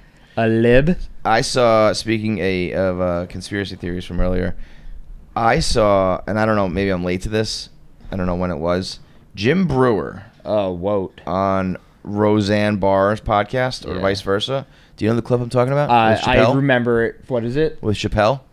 Yes. I think John told me about it. Yeah. Or someone out there told me about it. Recently or a long time ago? I say this clip's like a couple months old. Okay. So Jim Breuer, like Roseanne Barr is like, so what happened? Did you guys have like a falling out? Because they did Half-Baked together. And he was like... They came for him. Yeah, he was like, I'll just say he was visited. Yeah. And they're like, what the fuck does that mean? And he says that like he was really blowing up and then that like people visited him and said like, cut it out. We don't like what you're doing. We don't like how you're doing your comedy. Whatever. And that's when he went to Africa. And then Jim Breuer went as far to say that he doesn't think that it's the real Chappelle coming back. It's like the elite visit. It's kind of like I started to Google it. It's what happened to Jack Black. Jack Black had to decide, do I want to do Tenacious D or be an actor in Hollywood? He chose Hollywood. What do you mean? I don't know that. So Jack Black, the other guy in Tenacious D, it was his birthday, and they sung Happy Birthday to him on stage. And Jack Black goes, any birthday wishes? And other guy in Tenacious D goes, I wish they didn't miss Trump next time. And Jack Black has now quit. Oh, you're talking about right now? Yeah. So I did see that because he posted on Instagram. Yeah, Jack Black's more worried about the elite of Hollywood. They came for him. They said, "You want to be Bowser, or do you want to do Tenacious D?" And he goes, "I'll take the Bowser paychecks, please." And so now Tenacious D. I thought that was about his audience. You're saying no, it's Hollywood elite. They came for. Jack Black is a big elite. He's all in the pictures with Obama and stuff. Right. So you think Jack Black's just now deciding to get famous? No, he had to choose your little singing hobby or Bowser, and he chose Bowser. And it's because the elite sidekick said, "I wish they killed." Yeah, the elite said you have to choose. They come for you, John. Well, that's what they said. So I started to Google like who was they, and the story is that Cosby, Oprah, Sidney Poitier, and one other black guy Denzel. Person. Is it Denzel? I just said another black guy. That they like came to Chappelle and said like, we don't like the way you're like portraying like what you do with your racial humor and how you're talking about the black community and what the success you're having and all that. And that's what sent him to Africa. and then what happened to Jim Breuer? Oh, he's just still just talking like he's going on Roseanne Barr's podcast. Like that's what happened to Jim Breuer. Yeah, remember that we had an incident with him. Brew? Not an incident. The Brew Man? He came on our show and he was talking about. Like he was literally melting. Yeah, he did a funny bit about like Hispanic baseball players being like bullied around by like the Cuban cartel, kind of, right? It was like we were talking about like Cuban baseball players defecting, and then I think he was talking about like the basically like a Hispanic mafia or something like that. It's ringing a bell, yeah. And he like did some accents, and it was funny. It was fine. And then he kind of like got canceled or whatever. But I think he like got mad at us almost for like, I don't know, it was our clip or some shit. Really? And I remember being like, I don't remember that. It was like, I remember it not being a good interview, but I don't remember this part specifically. I think it was something along the lines of like, I think he didn't like, or he just said something like, those guys brought it up or some shit like that, and it was kind of like he was like trying to deflect it onto us, but I was like, were you being a lib? Well, I'm a lib cuck. I'm getting it from the left right now. Now, like I said, I'm conservative now. Oh, because of a 1 Minute Man? Yeah, I think when I just said that Trump, hat. when I said no, it was like that. I was just like, that was pretty fucking badass to like almost get shot and be like, yo, fuck yeah. I was like, that was pretty badass. And now I'm a racist misogynist. But give it a week, I'll be a lib cuck again. That's how it goes. That's the life I live. Boing, boing, boing, boing. And I tell them every time, I've never voted and I never will vote. And everyone's like, this is what you get for voting for Biden. This is what you get for voting for Trump. I was like, my favorite reply, keep voting blue. The place was out ice cream. Keep voting blue. It's my favorite reply. All right, let's do voicemails. Okay, so I have a good would you rather for you. Been walking my dogs and I've had this bug just buzzing around my head the entire time. And I think it's like a big horsefly, so I know it's going to hurt when it stings. See, I can't get rid of them. So my would you rather is, would you rather have a bug flying around your head nonstop for the rest of your life? You can't hit it, nothing. That buzzing's just going to keep going. Or listen to a dog bark at nothing. Because that's what they do. And you can tell them to shut up. You can turn them not to do it. They're still just going to bark, bark, bark, bark, bark. So would you rather hear a bug buzzing around your head for the rest of your life? or just nonstop dog barking? Are we talking about your dog or just like a dog? I think it's just a I straight think dog. a dog. I'll take the dog. I'll take the dog. Buzzing is crazy. You can't go in public. You just what's that? Yeah, just have a horse fly going. It's around almost me. more the feeling than Yeah. the sound. When one guy is just like circulating around you and you're trying to well, that's enough to I want to kill myself. I was actually gonna go bug, and then I remembered when I was home, I got like bit by a bug, and then it's crazy. I remember thinking like, wow, like that bug torture, like from fucking Hook, like that must be The boo box, because it's all I could see after that, like bugs, and they weren't really there, but I just kept you're like slapping your leg I kept and like stuff. slapping around anytime I felt a little that thing. phantom feeling. Yeah, and that was like very, very apparent. Yeah. So I guess, but I am good at I'm good at just like blocking a thing out. So if it was flying around, the buzz, it wouldn't bother me while I'm awake. Trying to sleep would be a bitch. I think I could deal with a louder noise if it's consistent. I think a dog barking at night is one of the worst things in the world, though. Yeah, because any noise that is inconsistent but steady. You know what I mean? Yeah, right. So, like, he's going to bark again. Is it going to come next? Is it going to come now? And then you're like, it would be quiet for 10 seconds. Maybe you went to sleep. It's like, fuck, it's back. That is the worst. But the buzzing that is torturous. Buzzing is bad. Yeah, and then like a gnat in your ear. And no, terrible. You ever seen those videos of people who like they're like, oh, I need to get my earwax clean, and they take a bug out? Yeah. If that ever happened to me, dude. Yeah, like we're talking like a decent size, like little like mini like cockroach. The doctor goes in there and is like, you seem to have some blockage, and then all of a sudden like scurries out. If that ever happened to me, bro, chop my head off with a fucking axe. Because the rest of my life, I'm like, is there more in there? Like, are there bugs in there? Get me out of here. On a season of Survivor, a girl had a bug crawling around her ear canal for like 2-3 days, and they're pretty good on Survivor, like bringing the medical team, like, and they'll fix you up. They wouldn't do it for her. They said, if we bring in medical, you're out. You're out. I mean, I would be out so fast. I would be out in she didn't bug in your brain. Jackie is like fucking. She didn't sleep for like 3 days, and like I think it was like a humanitarian crisis that they didn't help her out. Yeah, that's sickening. Yeah, I think it's one of the Survivor fans like talk about that as like that's one of the weird ones that they didn't help them out. Out. Are you in season 2 or season 4, whatever? Like, are you in the next? No, Survivor? Dave hates me. Remember? Right. Yeah. But I thought sometimes he hates a lot of people. He puts them in. Yeah, he doesn't want me to have glitter. Yeah. I mean, maybe your heads up poker match should be for glitter. Not even for money. I'll take the money. Be like, I want like Can I tell 100 glitter credits. There's someone who used to work here. They were a manager. They managed people, and they sent an email one time. It was on the production side, and sent an email one time. Would you rather have a bonus added to your paycheck or a congratulations or like a good job from Dave? And a manager wrote that? It was a serious email that was sent to an entire department of people. Why? Was it a genuine question, or was it a genuine question? Was that like we're going to give you bonuses? Would you rather have Dave call you, or like was it? It was like which one would you? No, it was real. It was like which one do you want? In order money to like prove a point, you think that they were trying to show Dave we need. It was a legit question. Like, do you want money or an attaboy? And everybody said, we want money, please.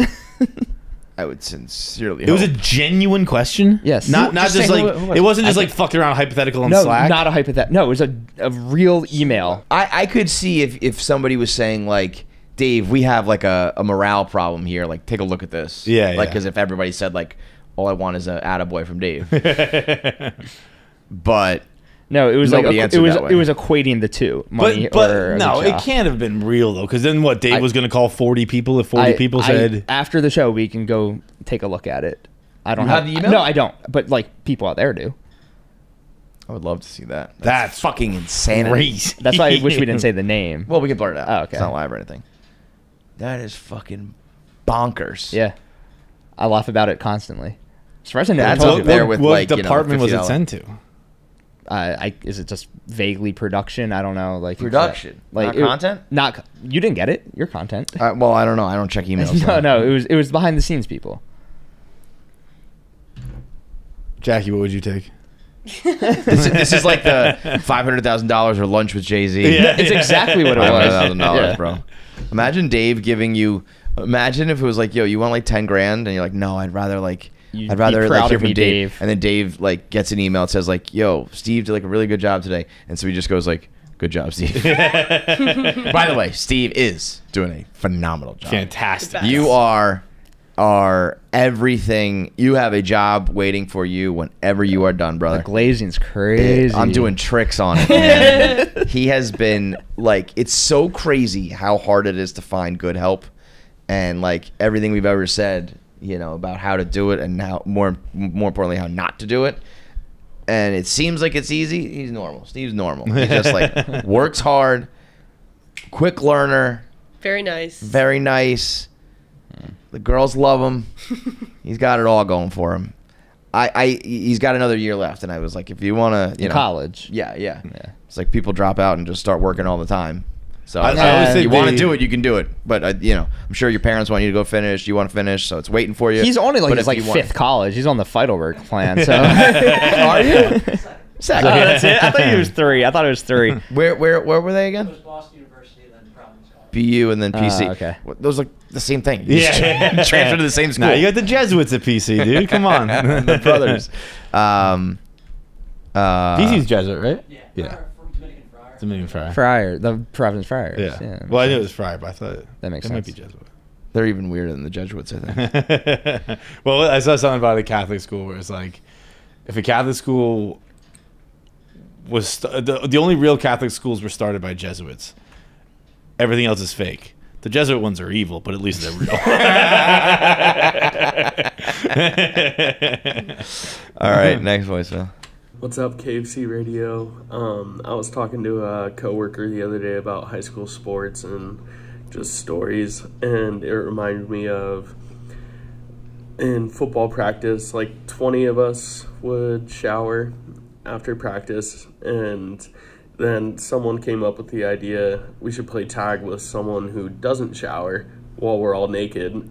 And so we would chase this one kid around whoever we voted for, and then after like a few days we couldn't catch them, and so we made a new rule that if we couldn't catch you and you were like running around really hard trying to stay away from us, we would try and pee on you. So then we fucking would block all the exits and try and piss on a 16, 17, or 18-year-old kid.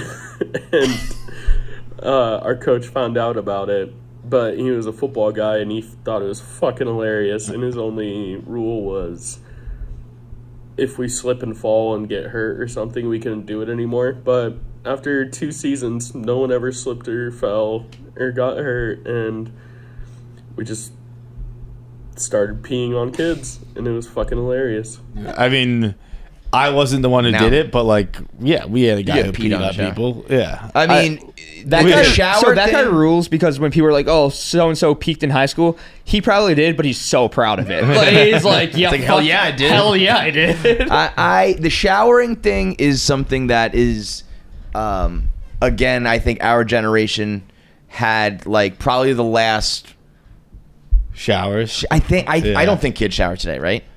I don't. Well, I gotta check my camera, see. I don't think teams are like allowed to do that anymore, or if they do, it's got to be very like private. Like you probably have to have your own stall or what. I maybe I'm wrong. Maybe you go to like football in Texas, there's still just showers. If I'm the coach of a school and I show up and it's individual showers, I'll do it myself. I will take them all down. Like we shower as a group. That it sounds silly, but like my best teams I was ever on, we showered together. Yeah, it's a real like camaraderie type thing. I can see that, but also it's basketball hockey, and it always is. Like if the guys I was playing hoops with, if we were showering together, it would have been the weirdest thing ever.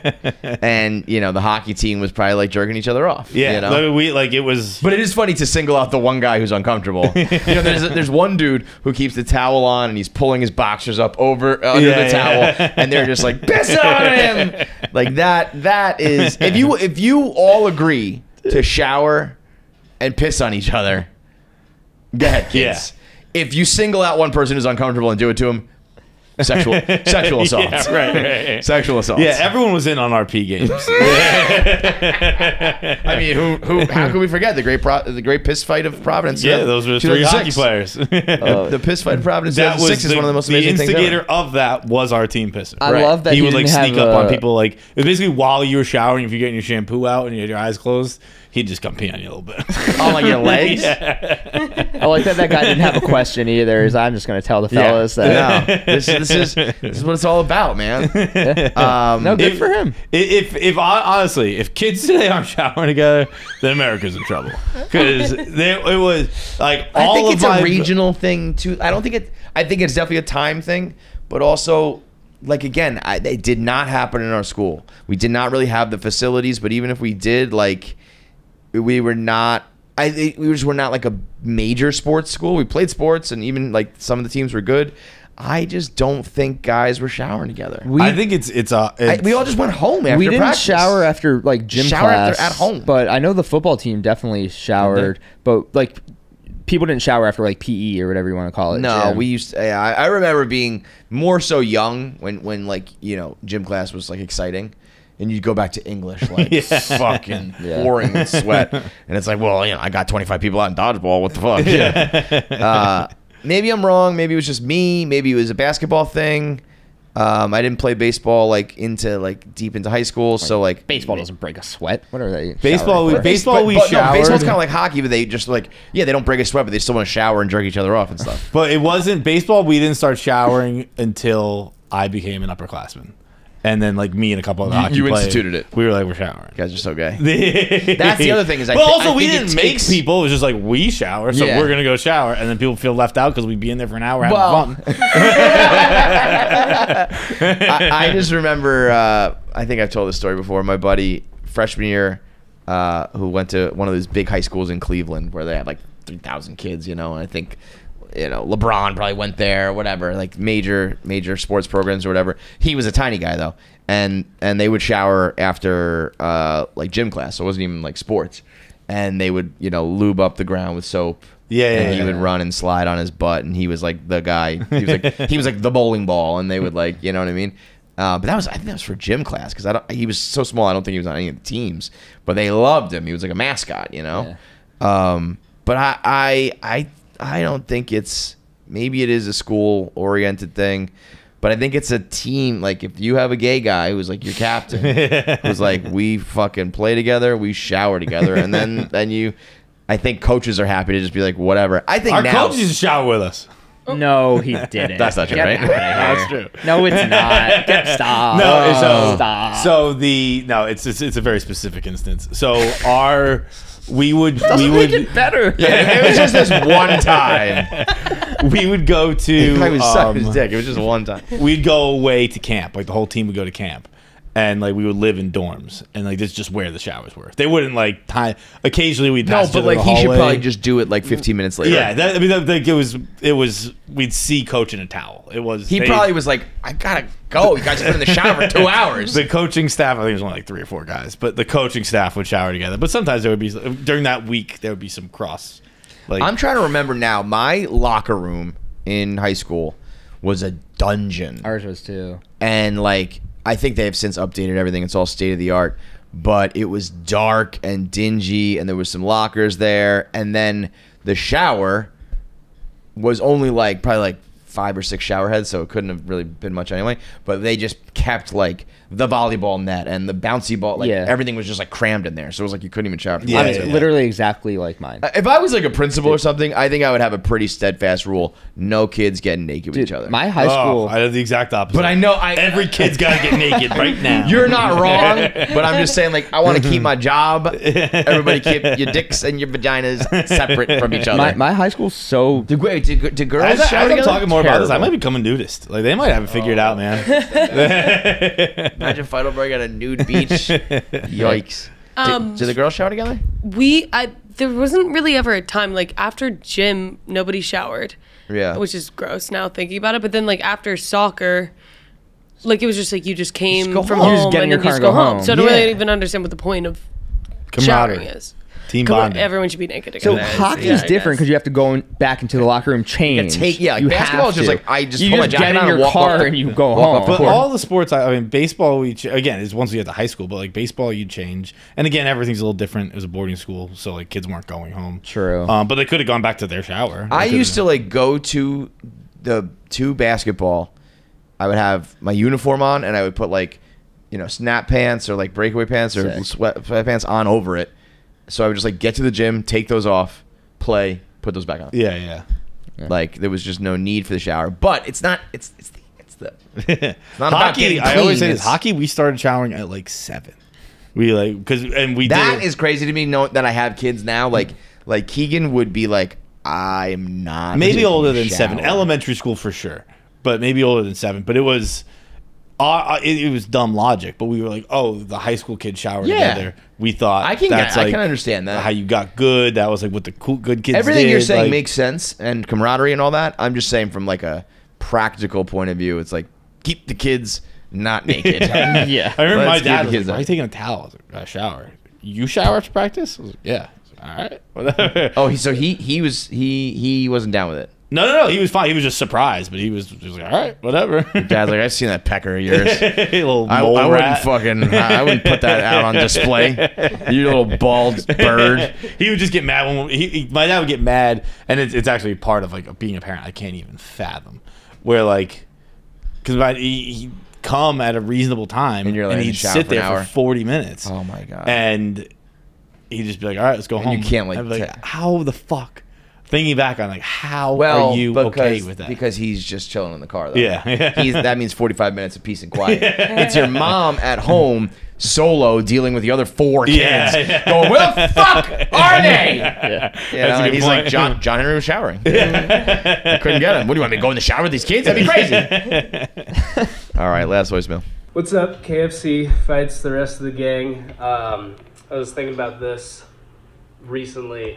What's a deciding factor that just like completely turns you off, regardless of how the person looks? Like for me, it's always been terrible oral hygiene, like bad breath or yellow teeth or like a dead tooth, like Maureen Ponderosa style. I remember back in college, I had this like auditorium style class where it was, like 100, 150 people there. And first day, I was like scanning the room, seeing if maybe there was a cute girl I could sit next to, get to know, start flirting with, whatever, blah, blah, blah. And I scanned the room and I found one, and I sat next to her, and within like a few minutes, or a few seconds actually, not a few minutes, she like giggled or whatever, and it looked like she never brushed her teeth or anything like that. Terrible breath, and never sat next to her again. Another thing that I noticed recently that I never thought about was the extra gummy smile. Like, that guy's got long teeth, though. You got the opposite. Like, he's Spider-Man memeing right now. I was talking with somebody recently, and she was pretty attractive. I mean, I know I'm not a catch, but yeah, I was talking to her and at a bar, and she just smiled randomly, and it caught me completely off guard. I was like, that is just a whole lot of your mouth showing with that smile, and it just stunned me. Like, I lost my train of thought mid-conversation. So that was one, who blew the lid off that for me was Family Guy.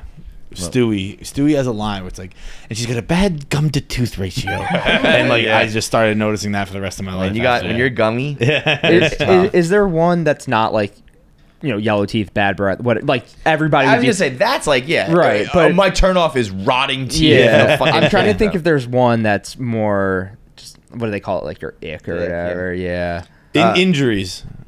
What do you mean? Like if you're an adult who gets an injury, you gotta grow up. He always says the biggest white trash thing is an adult in a cast. Oh God, what a piece of garbage you gotta be. You're hobbling around in a boot for like 6 months. Still hurts every day. Complaining about it hurts. Every day. It's just still hurts. Oh yeah, I was honestly saying that, and I wasn't even considering. Yeah, no. I broke my foot a year and 2 months ago. May 20th. Got the anniversary date. May 20th. Stay strong. Bro, 520. you're like a cancer survivor. After the Blink-182 concert at MSG, I broke my foot, and it's just still hurts every day. That's how it's gonna go, man. It's gonna hurt forever. Also, John, you have scabs all over your body. That's not an injury. That's a cut. Something that like I haven't had a scab since I was like a toddler. Well, you've been crawling around on the rug a lot. That doesn't help your case at okay. I don't know. Yeah, this guy, he's not like reinventing the wheel. She had bad breath. Well, yeah, that's gross, I have. By the way, I need dental help. So if you're a stoolie who has a dental, if you're a dentist, did you guys talk the Nikki Smokes tweet? No. Oh my God! Did you not see it? He goes, dude, Kevin. But the way he did the tweet, he goes, "Went to the dentist. I have 9 cavities and need 4 teeth pulled. I'll never go back to the dentist." And so all the replies are hilarious. It's like, bro, I don't think it's the dentist on this one. It's like going to the doctor and he says you have cancer. Like, I'm not going back to the doctor. I kind of get what he's saying though. Usually it's like. But when it's that extreme, it's like, you gotta start going. Every reply was like, brush your teeth, man. Yeah, that is disgusting. If John cannot have bad teeth, anybody can. Anyone can do it. I mean, John puts all sorts of shit in his mouth all the time. Yeah, dip and candy nonstop. Yeah. The 2 worst things, tobacco and sugar. It's actually impressive that your teeth aren't. I brush my teeth a lot. I have this cracked tooth, like this cracked veneer, and I just been putting it off, and I gotta do it now. It's getting too noticeable. So I got to do the whole fucking front again. I'm like 20 years overdue. What does that mean? Like when you can't just do one tooth. Yeah. Because then they look bad. So I got to do all 4. So they knock them out? They shave them down? I think so. I don't know. I'm not sure what they do these days. They'll probably break it off. Yeah. Oof. Yeah. So I need a good dentist or whatever. I don't think that's orthodontics. I think it's dentist. Whatever. Cosmetic dentist. Who is not gonna make me be like come in for a checkup and then we'll schedule this for 2 more weeks and then this for 2 weeks. Like, I need the veneers. Come in, I'll do the fucking thing. I don't want to do the process that I have to go through. But you know when it's like, give me a shortcut. When it's like I got to go to the doctor, it's like you need to go to the doctor like 3 times. Yeah. You know, I want to go like once you do the mold, second time you give me the fucking teeth, third time you give me because you got to do it's a whole process because you got to do the fake ones for a while. You have to have like while they're making them, you have to have the fake ones in for like 2 weeks. But the crack is getting too bad, too much. And wherever I go, I want fucking laughing gas. I want that good where I can just like relax because I fucking hate doing it. If you can do that for me, holler at me. But as far as like, I think bad. This is an ATI question. Like, what's one thing somebody can do? That, I think like, bad makes teeth. But that's not. Like that's not you. That's like everybody. It's like you don't want to be in a picture with someone with bad teeth. I feel like you have some good ones that you said recently. You're a Nick girl. I'm not a Nick girl, no, but I can't think of like you'll write specifics. Guys off real fucking quick. I'm basically a born again virgin at this point, where like I'll just take anything that falls onto my lap, so I don't have any.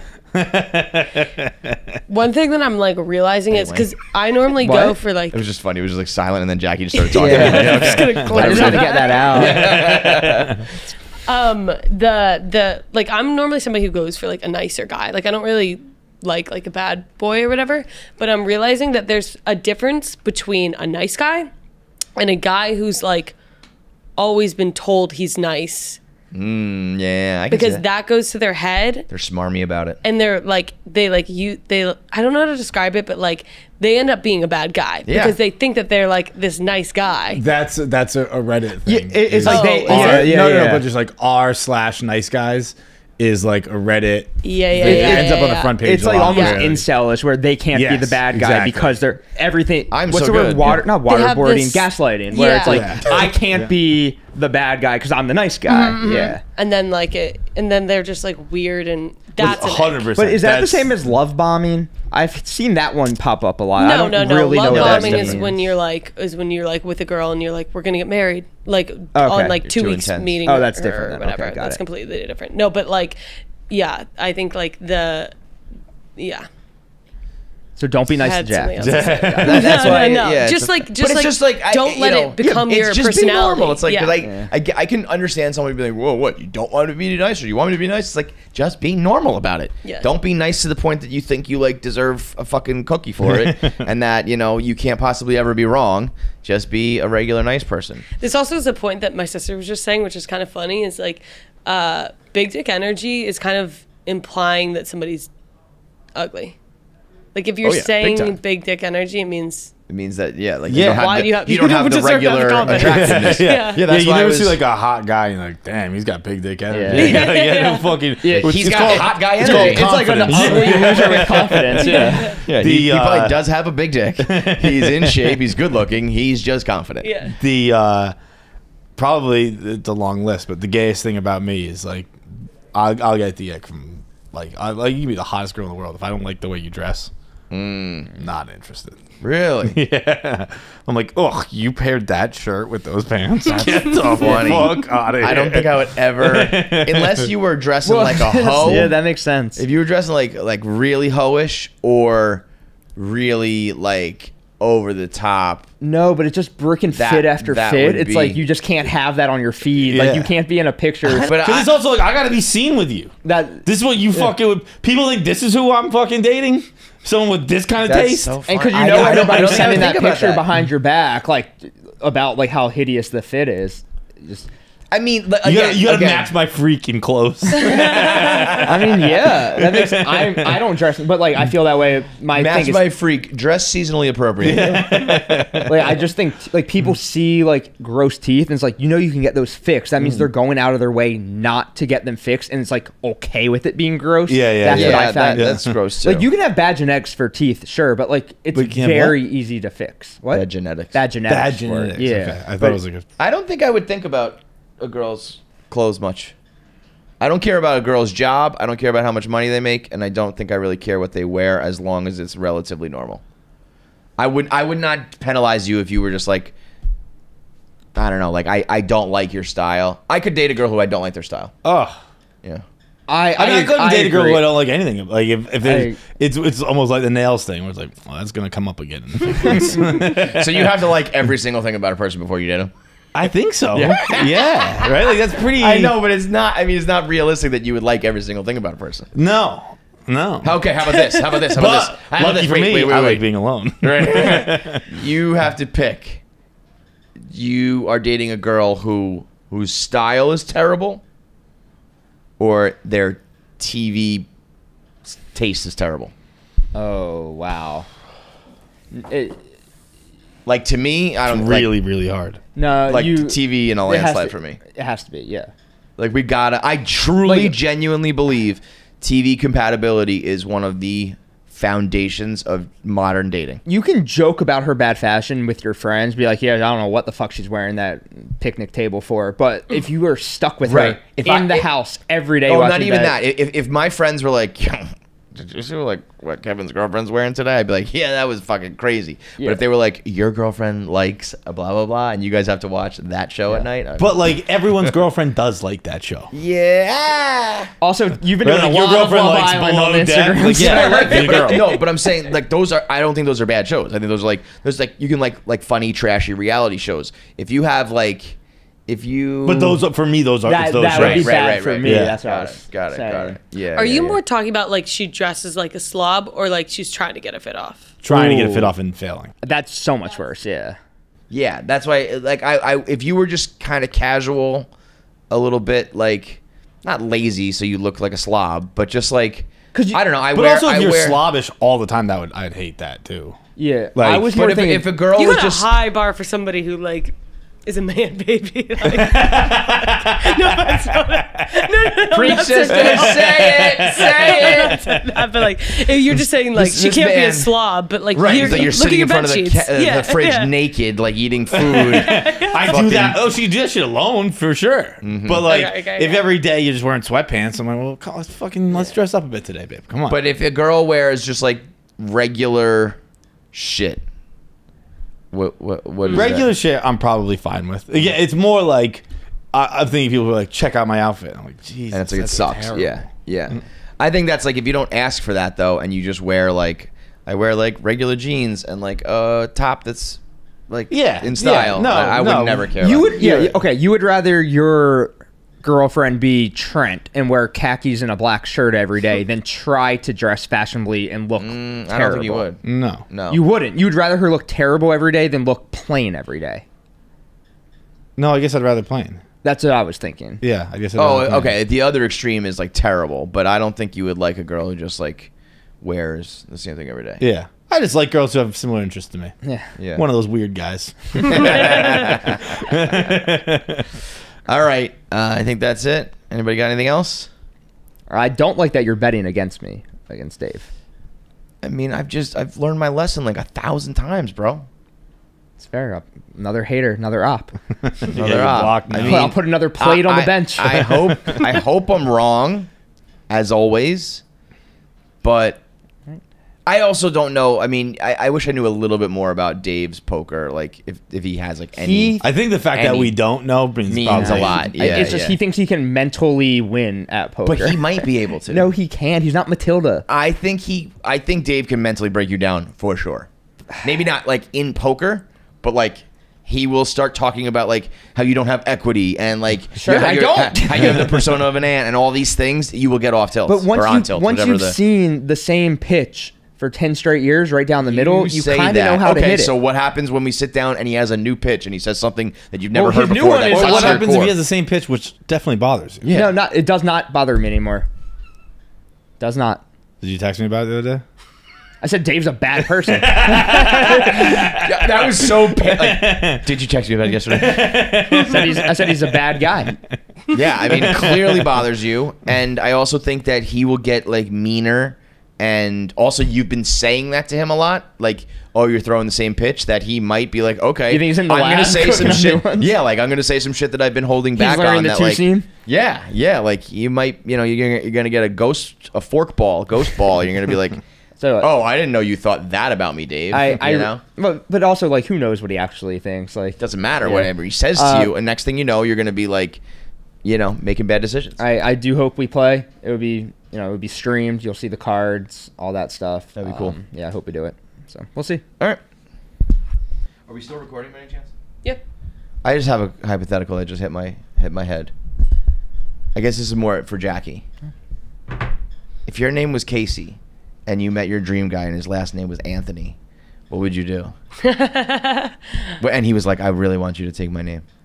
Like it's really important to me, and like I think our marriage will struggle if you don't take my name." Wait, my name's Casey or his name's Casey? You would become Casey Anthony. Oh, I'd become Casey Anthony? Yeah. He's Tom Anthony, and you're Casey Nichols, but now you got to be Casey Anthony. I mean, yeah, it just comes with so much baggage. Like I have to. I can't do it. Change your first name. I'll go Nichols Anthony. Yeah. I probably would if there was some, again, ridiculous reason why you couldn't. I would probably change my first name. There's a broadcaster in Baltimore, and his name is it Epstein? No. Who was the guy before him? Not the guy, Penn State guy. Whatever. Sandusky. Sandusky. Yeah. And he's Jerry Sandusky, right? It's like the full name. Yep. Yeah. And he could never get away from it. I mean, that you have to legit change your name. You can't just be like, it's like Michael Bolton, he's the asshole. It's like, no, you have to change your fucking name. You can't just be in the other guy's name, definitively the asshole. You just gotta change your name. Right. There's no fixing that. So you also if your name's like Joe Hitler, you can't like get a promotion. You can't be introduced. I saw. Oh, this is funny too. We can have this in the show. I saw a chart. I love my charts. It was the number of people named gay in America. Oh yeah, that was a good one. and it was pretty high. It was bouncing up and down in like the 1800s and shit. But then it got it was at its peak right before AIDS. It got gay right before AIDS. But so AIDS. Wait, is this first names? Yeah, Really? yeah. Gay. Like Gay. Gaylord? What? Gaylord? Maybe, Oh, but this was being posed as gay. Probably gay lords were out there, but there was like politicians and like entertainers that were named gay, and then by the time the 80s really hit, it was done. Right? It was like in the 60s, the term started to become used as a slur. Yeah. Like that's gay, and then AIDS hit. So then it was like double whammy, done. But that means that there were some kids born in like 1965, before all that really hit, that got named gay. And by the time you were like 15 and 20, not only was that's gay like a common phrase, but there was a wild AIDS epidemic and everyone was blaming gay people and you were just stuck. And it was the peak though. That was the highest, that was the most popular gay had ever been, right before it became the worst fucking name it was also a Southern thing, and you know how Southern, especially like women go by like first and middle name, like Mary Bell, like whatever. Yeah. My aunt Southern, her middle name is Gay, and would go by her first and middle name, like just Southern. So she'd be like Mary Gay? Dropped it, yeah. Yeah, she's like, I'm fucking done with that. Yeah. Dude, there was when I used to go to Providence College hockey camp in like middle school, and head coach Paul Pooley, assistant coach was Coach Gay. And I was always like, just don't make him do the camps, man. Yeah. Like, just have him coach. Like, you're making him, he had to Also live on campus with fucking for 2 weeks with like a bunch of middle schoolers. What the fuck? Also, just be like Coach Tom. Like, do your first name. Just don't do. Yeah.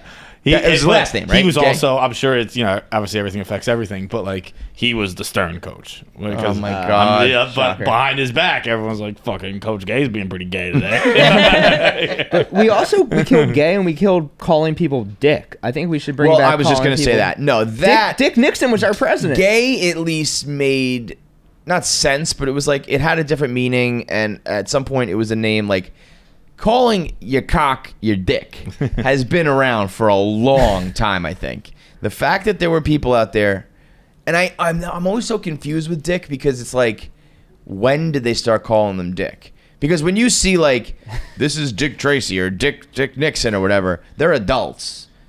They, like when they were like little 12, baby Dick. yeah, we were like 11 years old, and you're like, this is, you know, Tommy and his cousin Susie, and this is their neighbor Dick, and like Dick's playing in the backyard, like, you know, playing. It's such like a heavy name. Yeah, like that's a grown man name. I actually think being a grown man, being like, hello, I'm Dick. Yeah, it's pretty fucking like, I'm a distinguished gentleman. But if you're 11 and you're telling people your name is Dick, you're like a school Nick shooter. Offerman's character in The Founder, like the McDonald's movie, his name's Dick. Nick Offerman is Dick. You Yeah, know? he's a dick. Dick. I'm Dick. Nice to Yeah. meet you. And I'd be like, you But like, are. you can't like yeah, you're a man. coochie coo a baby named Dick. Right. Come here, little Dickie. I guess Dickie. Dickie's But kinda yeah, cool. when I say little Dickie, it's Yeah. like, I don't ever think of like Dick, but it's like, But, you know, Richard's kind of like a strong name itself. That's yeah, like Richie, Richard, Dick. One of the craziest things society ever did. Name people dicks. Dick Tracy. Okay, we're good. Summer is in full swing. You know what that means. The temperatures are hot, grills are hot, and the deals are even hotter at Omaha Steaks. Now, I told you how I don't like the summer. It's not my favorite season, but there is one part of summer that is undeniably awesome, and that is a Omaha steak sizzling on the grill outside. Like Nate said, the kiddies are running around, people are jumping in the pool, and you are cooking a perfect Omaha steak. Oh, my mouth is watering just thinking about it. They got blazing hot deals on mouth-watering grill favorites right now, guaranteed to tantalize your taste buds. So for a limited time right now, get scorching savings on the legendary flavor during the Hotter Than Fire sale at omahasteaks.com. Every package is carefully curated by the flavor experts at Omaha Steaks to deliver an exceptional experience, and they start at just $99. Nowadays, $99 with inflation gets you like nothing. We're talking about juicy steaks. You can get a package of meat for $99. You crazy? I cook steak. It's like one of my favorite things to do when I go to the market. It's like $23.99 a pound. Plus, as a bonus, my listeners get an extra $10 off when you use promo code KFC at checkout. So from exquisite steaks to legendary burgers, premium pork, air-chilled chicken, Omaha Steaks is guaranteed to make your summer worth savoring. So go to omahasteaks.com. Shop the Hotter Than Fire sale today at $99 and then get an extra $10 off when you use promo code KFC at checkout. That's Omaha Steaks, KFC at checkout. I just built a podcast house. You just what? I just built a podcast house. Oh, yeah? Yeah. How's that? It's fine. It's water for you if you need it. Okay, it's fine. I just I'm sitting behind a desk. I don't like this here. I'm so fat, so I don't like to sit behind a desk. I like sitting behind a desk. It. Yeah, yeah. Well, yeah. I do. We used to have more of a desk too. I remember. Why y'all move? We used to be over there, just next door, and then we just needed more space, and they wanted to do this sort of thing, and I'm always like I'm always feeling Then you gotta be uncomfortable. dressed. Yeah. You It's gotta be like dressed when I now. wear in the summertime, if I wear shorts, I have all this ugly white man thigh out. You know, like nobody wants to see that. Oh, So well, I'm you like, gotta put on some pants when we doing this. yeah, exactly. You look great though. How you doing? Thank you. You look great too. Thank you. I'm fine. Is the family with you? Usually you roll deep. Just no, they're not with me anymore. The fuck, man. Usually it's a whole party when you guys come. Just the makeup artist and my assistant. So it's just two of us. Got it. We're going on to what, season 4 now of the show? Season 4 of the Miss Pat show and season 2 of Miss Pat settles it. That season 4, I've always heard, you know, you get a pilot season, you do okay, you get a second season. When you get to the third season is how you know you're you're successful. You want me to fix that for you? Yeah. Okay, I got it. Is that better? Yeah. Yeah. Season 4. So season 4 is like... Well, season 4, let me say this about season 4. It's our best season. Really? I think it's our most watched season ever. Wow. And when I tell you the things that we thought was going to go viral didn't, like the finale went viral. I mean, just the things that we had in our mind that they was going to talk about, they didn't. It was something totally different. People love the show. People are still discovering the show. Yep.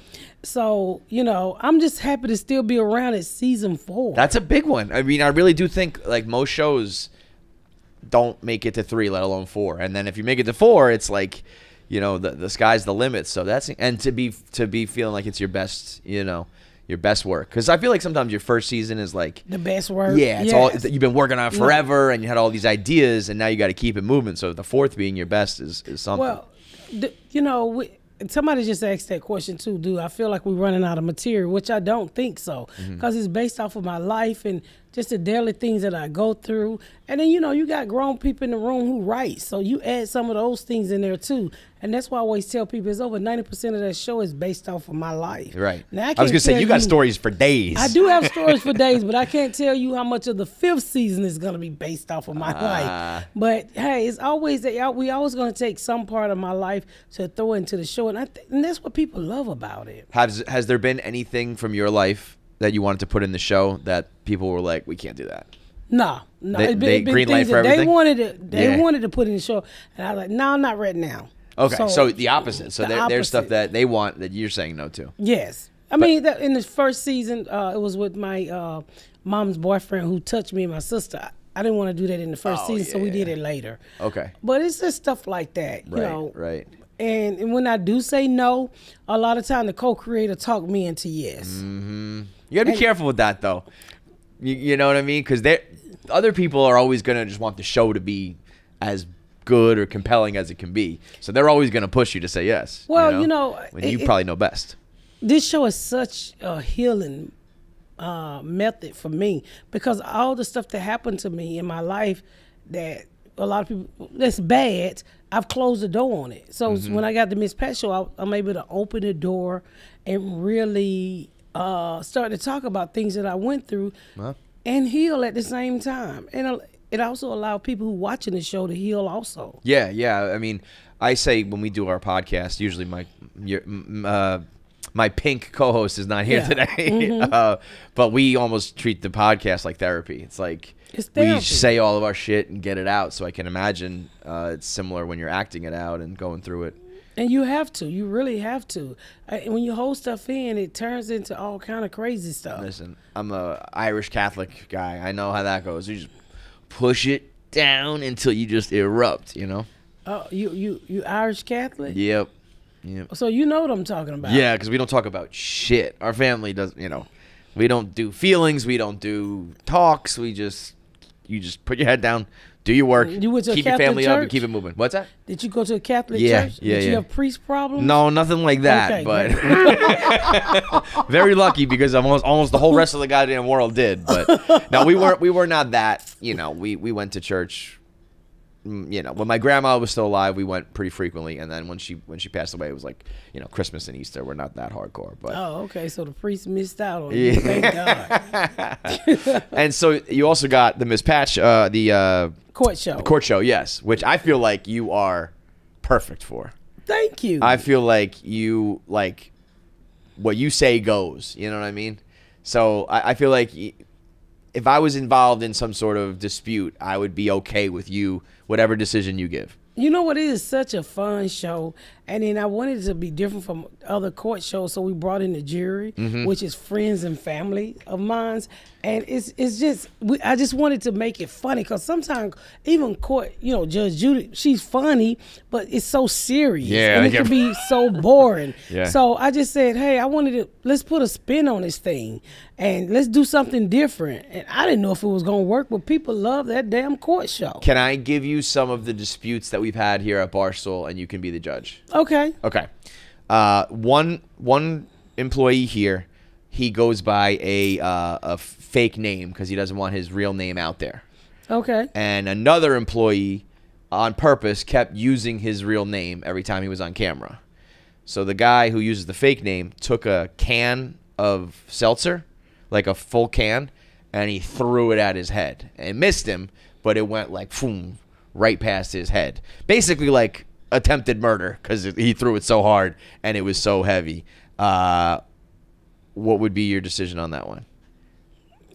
Did the person who threw it got fired? No, he's still here. He's still there? Did the person who ducked lose his job? No, everybody's still here.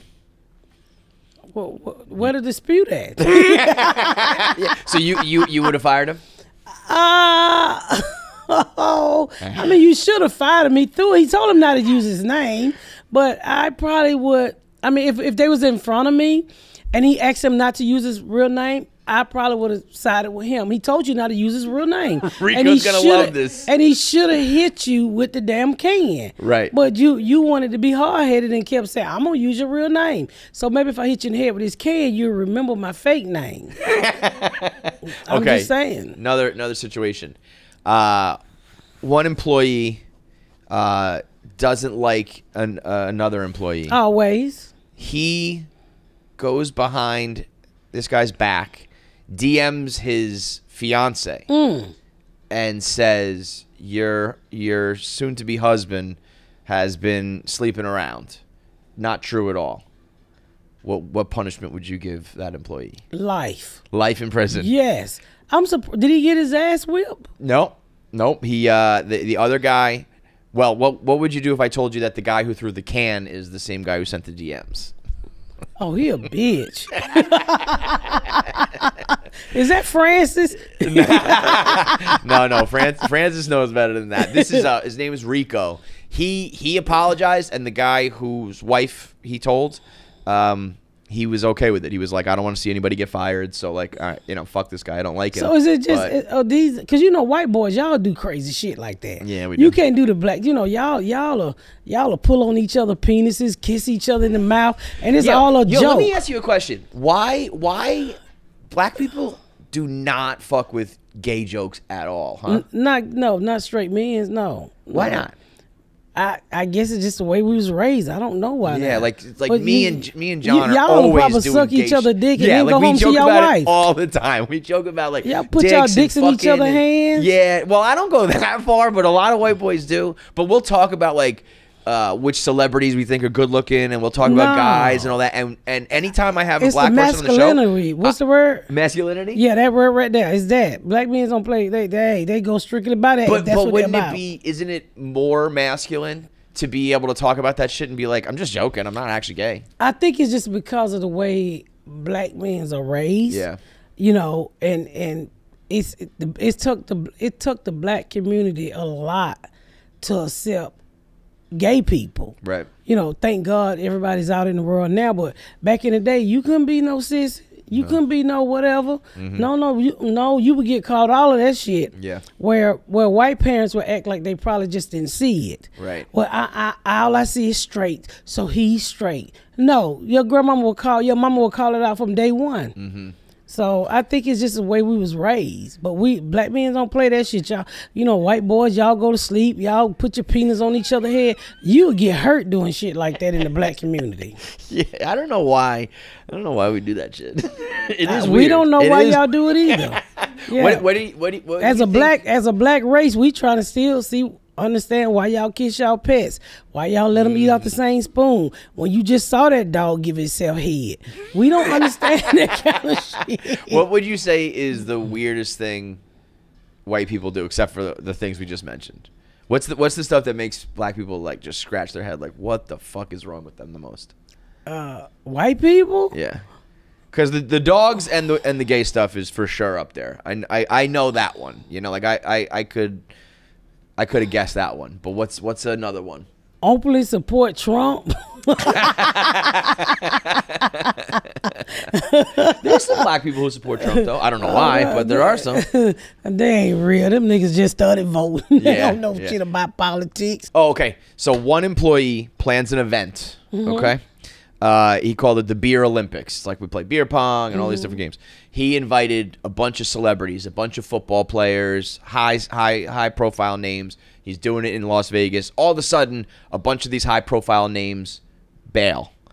And he still is asking all of the employees of Barstool who rearranged their schedules to come to this big fancy event to still come to it, even though it's not as at all as it was advertised. So originally he made these guys change their plans because you're going to play with these football players and these comedians and celebrities. Shane Gillis was supposed to be there, and now none of them are coming. Should he cancel the event or should he still be able to have it? I think if did people purchase tickets?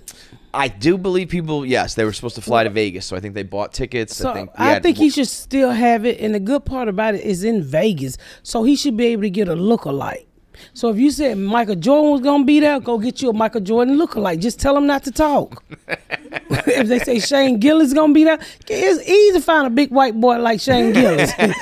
Get you a lookalike. Listen, you can find somebody who looks like Shane. You cannot find somebody who can drink like Shane. That boy can put them back. I know some women that can outdrink Shane. No way. Shit me. Who? How much? How much can they drink? Shane will put down like 30 Bud Lights, like no problem. But Shane a big guy, so that shit is absorbing in him like bread. So tell me he drunk 3 bottles of Patron. That's putting some shit down. Bill don't do them but make you piss. That's all Bill. To him, I feel like beer. Yeah, it doesn't. Beer just water to him at this point. Tell him put down 3 bottles of Patron. What's your drink of choice? Nothing. You don't drink at all? No, I drink a Amarillo sour here and there, but I don't drink like that. That's not my shit. No. No. Do you have a? Do you like to smoke or edibles or anything? Or no, I like to eat. See, that's why I'm fat. What is if you were on death row, your final meal, you get an appetizer, an entree, and a dessert. What's it gonna be? I would say it would be Chick-fil-A because I'm gonna need the church to pray for me. I'm on death row. But, a last minute get me into heaven. Yeah, but I'm probably gonna ask for dumb shit like shrimp and chicken. Okay. You know. So wait, but appetizer, shrimp, shrimp cocktail. No cocktail. I want my shit cooked. Cooked. Okay. Yeah, I don't want to get salmonella. Is that some white people shit? No, I know a lot of people eat uncooked shrimp. I don't eat nothing uncooked. I don't like cold food because I grew up poor. I can't eat that shit. So you would do some sort of shrimp appetizer. What kind of chicken are we talking? How we gonna fried? Fried chicken. Why the fuck am I gonna eat healthy before I die? I didn't say. So fried chicken, and then what's your dessert? A whole patty pie, peach cobbler, and I'm gonna eat it slow. Take your time. Do you have to? Do they give you time on death row to eat up all your food, or there's a certain time you need to die? I would imagine they let you take as much time as possible. But then people would, really. I always wanted to know about death row. Do they give you time to shit that food out of you, or do they just fry it all? I would think. Because someone else has to take care of that. Yeah, so right? 3 hours later, you going to have a bowel movement. Do they kill you with a full stomach, or do they let you go to the bathroom first? If I'm the guy, the coroner's got to take care of him, I certainly hope that they let him shit first. Because I always thought about that. I said, do you fry him with a whole full stomach? Oh. Do they? Why aren't they throwing up? One time they electrocuted a man 2 times because he wouldn't die. And I heard the law, if they electrocute you and it don't work, they're supposed to let you go. You're free, right? Yeah, you get 1 shot. Yeah, but they kept electrocuting him. Yeah, well, that's old school shit with the electric chair. Now they just give you a shot and you go to sleep. It's actually sounds kind of nice, no? No. You don't want to die? You want to live? What would be your ideal age to live to? 90. 90? Oh my God, that's so fucking long. You know, white people, y'all always trying to get up out of here, and it's mainly because y'all wrinkle real bad. That's true. We age so terrible. You age so terrible. You know what I'm going to look like when I'm 90? I'm starting to look like shit now. I'm almost 40. When I'm 90, I'm going to be a bag of bones. I was in the airport one day, and this little white girl was with her great grandmama. It was her mama's. And the lady was real wrinkled old, and the little girl was crying. She's like, I don't want to be wrinkled like her. What is wrong with her skin? I said, bitch, you about to get it. We age so terrible, and there's nothing you can really do about it. You drink water and eat healthy, all that shit, but when you start to go, it's not a pretty sight. Well, until y'all until you guys realize you're going to start stealing black blood. I shouldn't say that shit. Y'all run around here cutting a nigga. Don't give any ideas. Don't give them any ideas. They'll do it. Well, that was that movie, right? Get Out, right? Was the movie? Yeah, something like that's that. What they were doing. Yeah. I mean, you know, facts are facts. You guys age better than us. Yeah, but Asians age better than us. Well, you know what? I feel like Asians look like they don't age, and then one day they're like little old men and little old women who like shrink and are really old. You know what I mean? But they have it good for. They are the only races that shrink when they get old. Yeah, older. they're like really 4 feet tall. Yeah. Yeah, they go from 6 feet to 4 feet. Have you heard what's going on in Japan? None of them are having kids anymore. Why? I don't know what they said. Like, you know, households used to have like 3 kids, maybe 4 kids. Now it's like only 1 or 2. So all these they old did people, that years ago. Huh?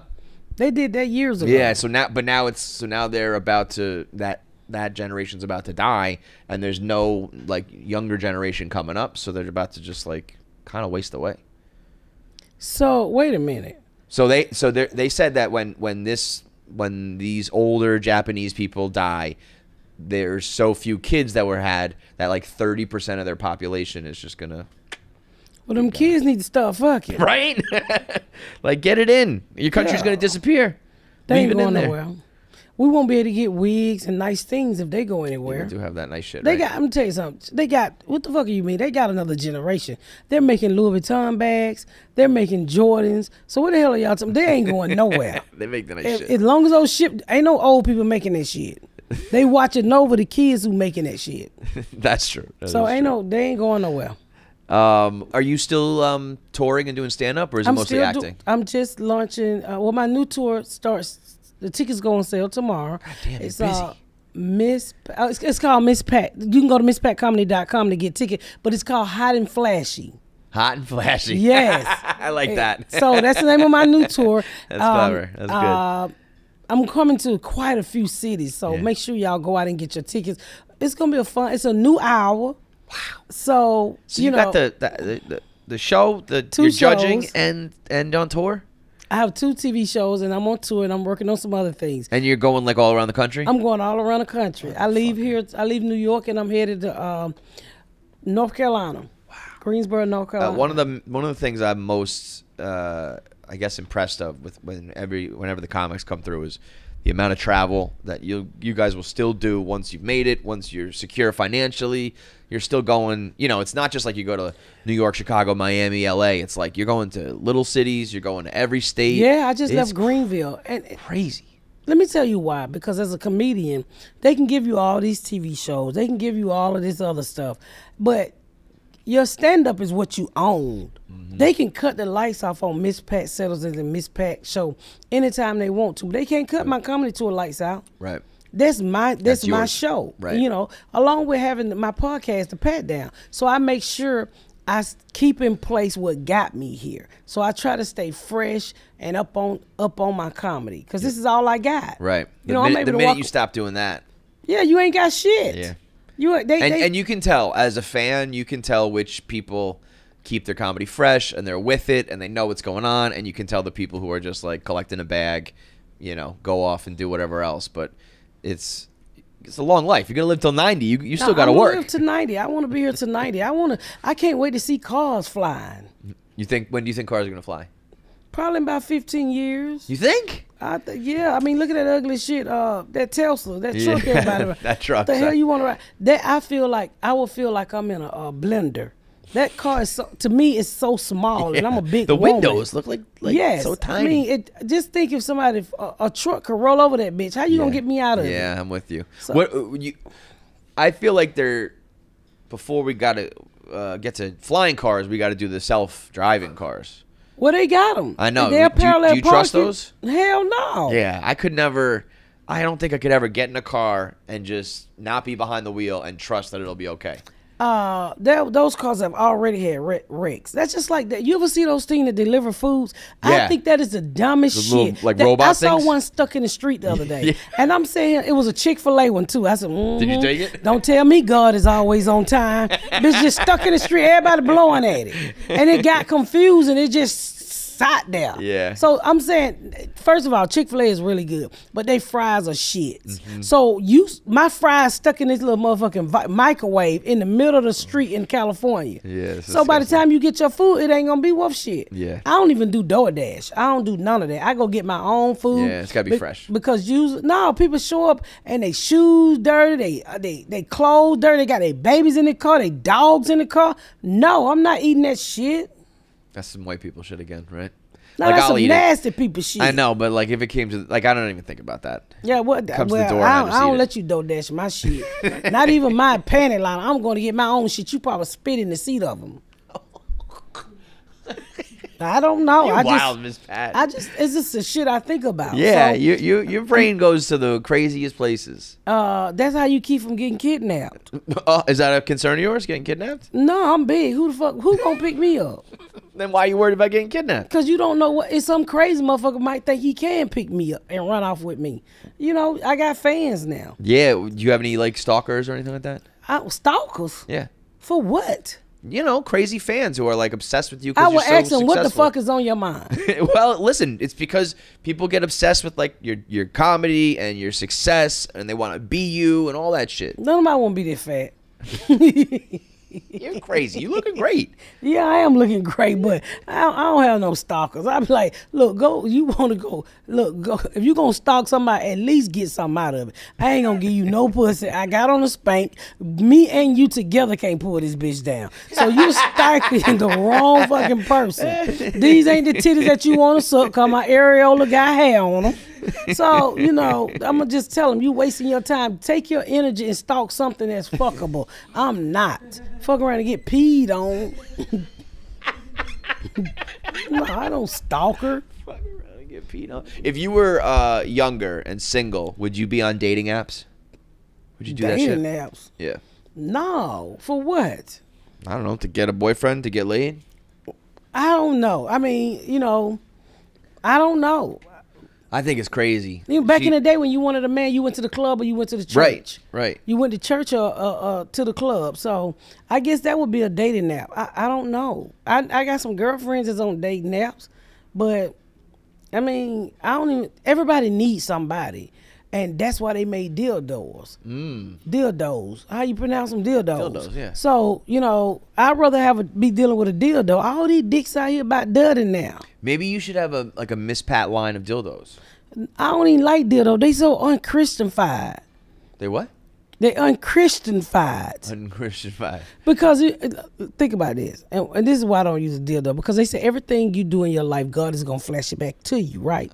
God gonna set that before. This is what the Bible say. I ain't never read it. This is what them people at church told me. They say God is gonna show you everything you ever did. So I don't want God showing me with no dildo in my vagina. And he was like, Pat, with all this good dick I put out here, why you using the face? I don't want to answer that question. Go get the real thing. Yeah. So you're not mad that he would say this is impure. You're just mad. He's gonna be mad that you didn't go get real dick. I think he would be mad. All this dick he put out here, then y'all out here sticking these fucking plastic rods in your vagina, and you know. Yo, but some of those things can do shit that a man can't. I'm quite sure they can, and God gave the person the knowledge to make those things. Yeah, right. I mean, and another thing, sir, I'm fat, so I have this flap over my vagina. I don't feel like peeling that shit back to take it in and out. It's just my arms hurt. I got a little bit of arms. I can barely wipe my ass. I can't pull nothing out of me. I ain't never used a tampon a day in my life. I'm not playing in my ass. I'm just not gonna do that. That ain't me. So that ship just sailed for you. You're just not. You're not. Nah. That's young people shit. Yeah, you know they shave their vaginas, they pierce their nipples, they pierce their clicks, and I just don't understand it. Imagine getting your clit pierced. You got to be like in the tattoo parlor with the guy. He's gonna get up in your shit. That's crazy. Not to mention it's got to hurt like a motherfucker. I'm quite sure it's it's just like somebody putting a piercing through your penis. I mean, and then who gonna see the piercing? Yeah. Unless you go and make you an OnlyFans and make you some money. Well, now that's something. That ain't never prostitution. That's porn. Yeah, but you get paid directly. What if? But see, here's the thing about OnlyFans. A lot of them are doing it solo. Like they're not. It's just them. Like there's no guy or other person involved. So it's just like you're masturbating and getting a lot of money for it. Well, I don't masturbate, so I don't know. But if you could get paid, I wouldn't do that. How much money for you to have an OnlyFans? I wouldn't have an OnlyFans. What if I told you right now you could make $100 million a year on OnlyFans? Well, I have a daughter that ain't getting fucked. I would put her on there and cover up her head. So you would tell her. Yeah. You would say, listen. We fat alike, and I tell everybody, it's me, and then I do the voiceover. All right. I like that plan. All right. It's always a great time. We're going to go do some Answer the Internet next. Okay. That's cool. Great. I like that. So we got Miss Pat Show. What's the judge show called? Miss Pat settles it, and it has a Miss Pat show. The new tour called Hot and Flashy, go on sale tomorrow, and the code is flashy to get the tickets up front. All you gotta do is go to misspatcomedy.com and make sure you follow me on comedian Miss Pat on my Instagram. Wait, before we go, I just wanted to ask you because I feel like the last couple years between podcasts and the pandemic and all that, comedy really became. In my mind, it's like sports, and then there's comedy. Mm-hmm. And I feel like people even follow comedians the way they follow sports stars. You know what I mean? Like, true. I'm a fan of this one. I don't like this one. It's almost like they play fantasy sports with like their favorite comedians. But just in general, the whole comedy scene has elevated, right? Mm-hmm. But someone like yourself who's been in it for so long, do you like seeing that? Do you think that it's like? Because sometimes I feel like now, like, everybody's selling out. Everybody's got a podcast. And the bar is maybe not where it once used to be. What do you think about the whole comedy revolution? Well, it's no different than a McDonald's on every damn corner. You just go to the one you like. Mm-hmm. Do you like McDonald's? Do you like Red Lobster? Well, I wouldn't say McDonald's, restaurants. You just pick whatever you like and you go to it. Mm-hmm. It is a lot of comedians on tour, but it's also a lot of fucking rappers on tour. True. It's also a lot of other things, a lot of shows on TV. Mm-hmm. Hey, Netflix got 9 billion shows. You just go and pick the one that you want.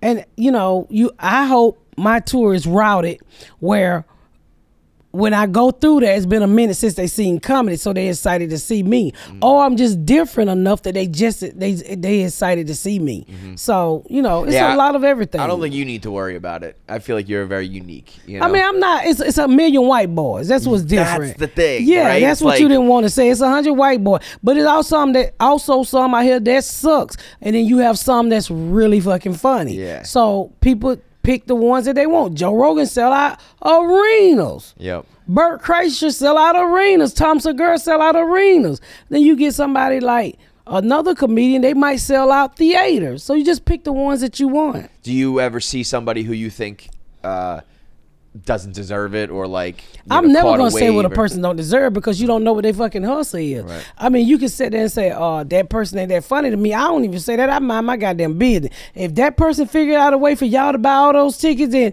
hey, oh be it. I hope I can figure out a way so I can one day move to arenas. I just moved to theaters. Hell, I'm worried about selling out the theaters. Mm-hmm. It's no joke. Selling tickets. We did, a couple clubs and a couple theaters for the podcast.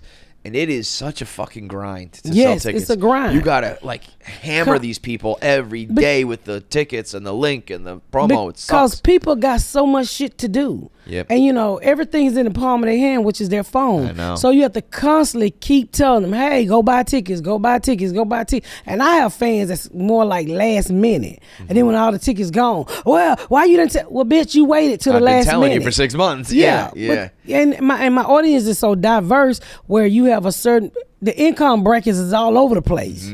You know, so you might have these people get the tickets up first, and I'm gonna get this for him when I get my check. I'm gonna get it when I get, you know, you just never know. Yep. Well, I think you'll be doing it forever the way you keep up with the comedy and thank you and your work ethic and whatnot. So let's go do some Answer the Internet. I answer the internet. Let's go. All right, thanks for watching. Make sure you subscribe, like, and leave a comment below. Click that button, or I'll cut off my finger.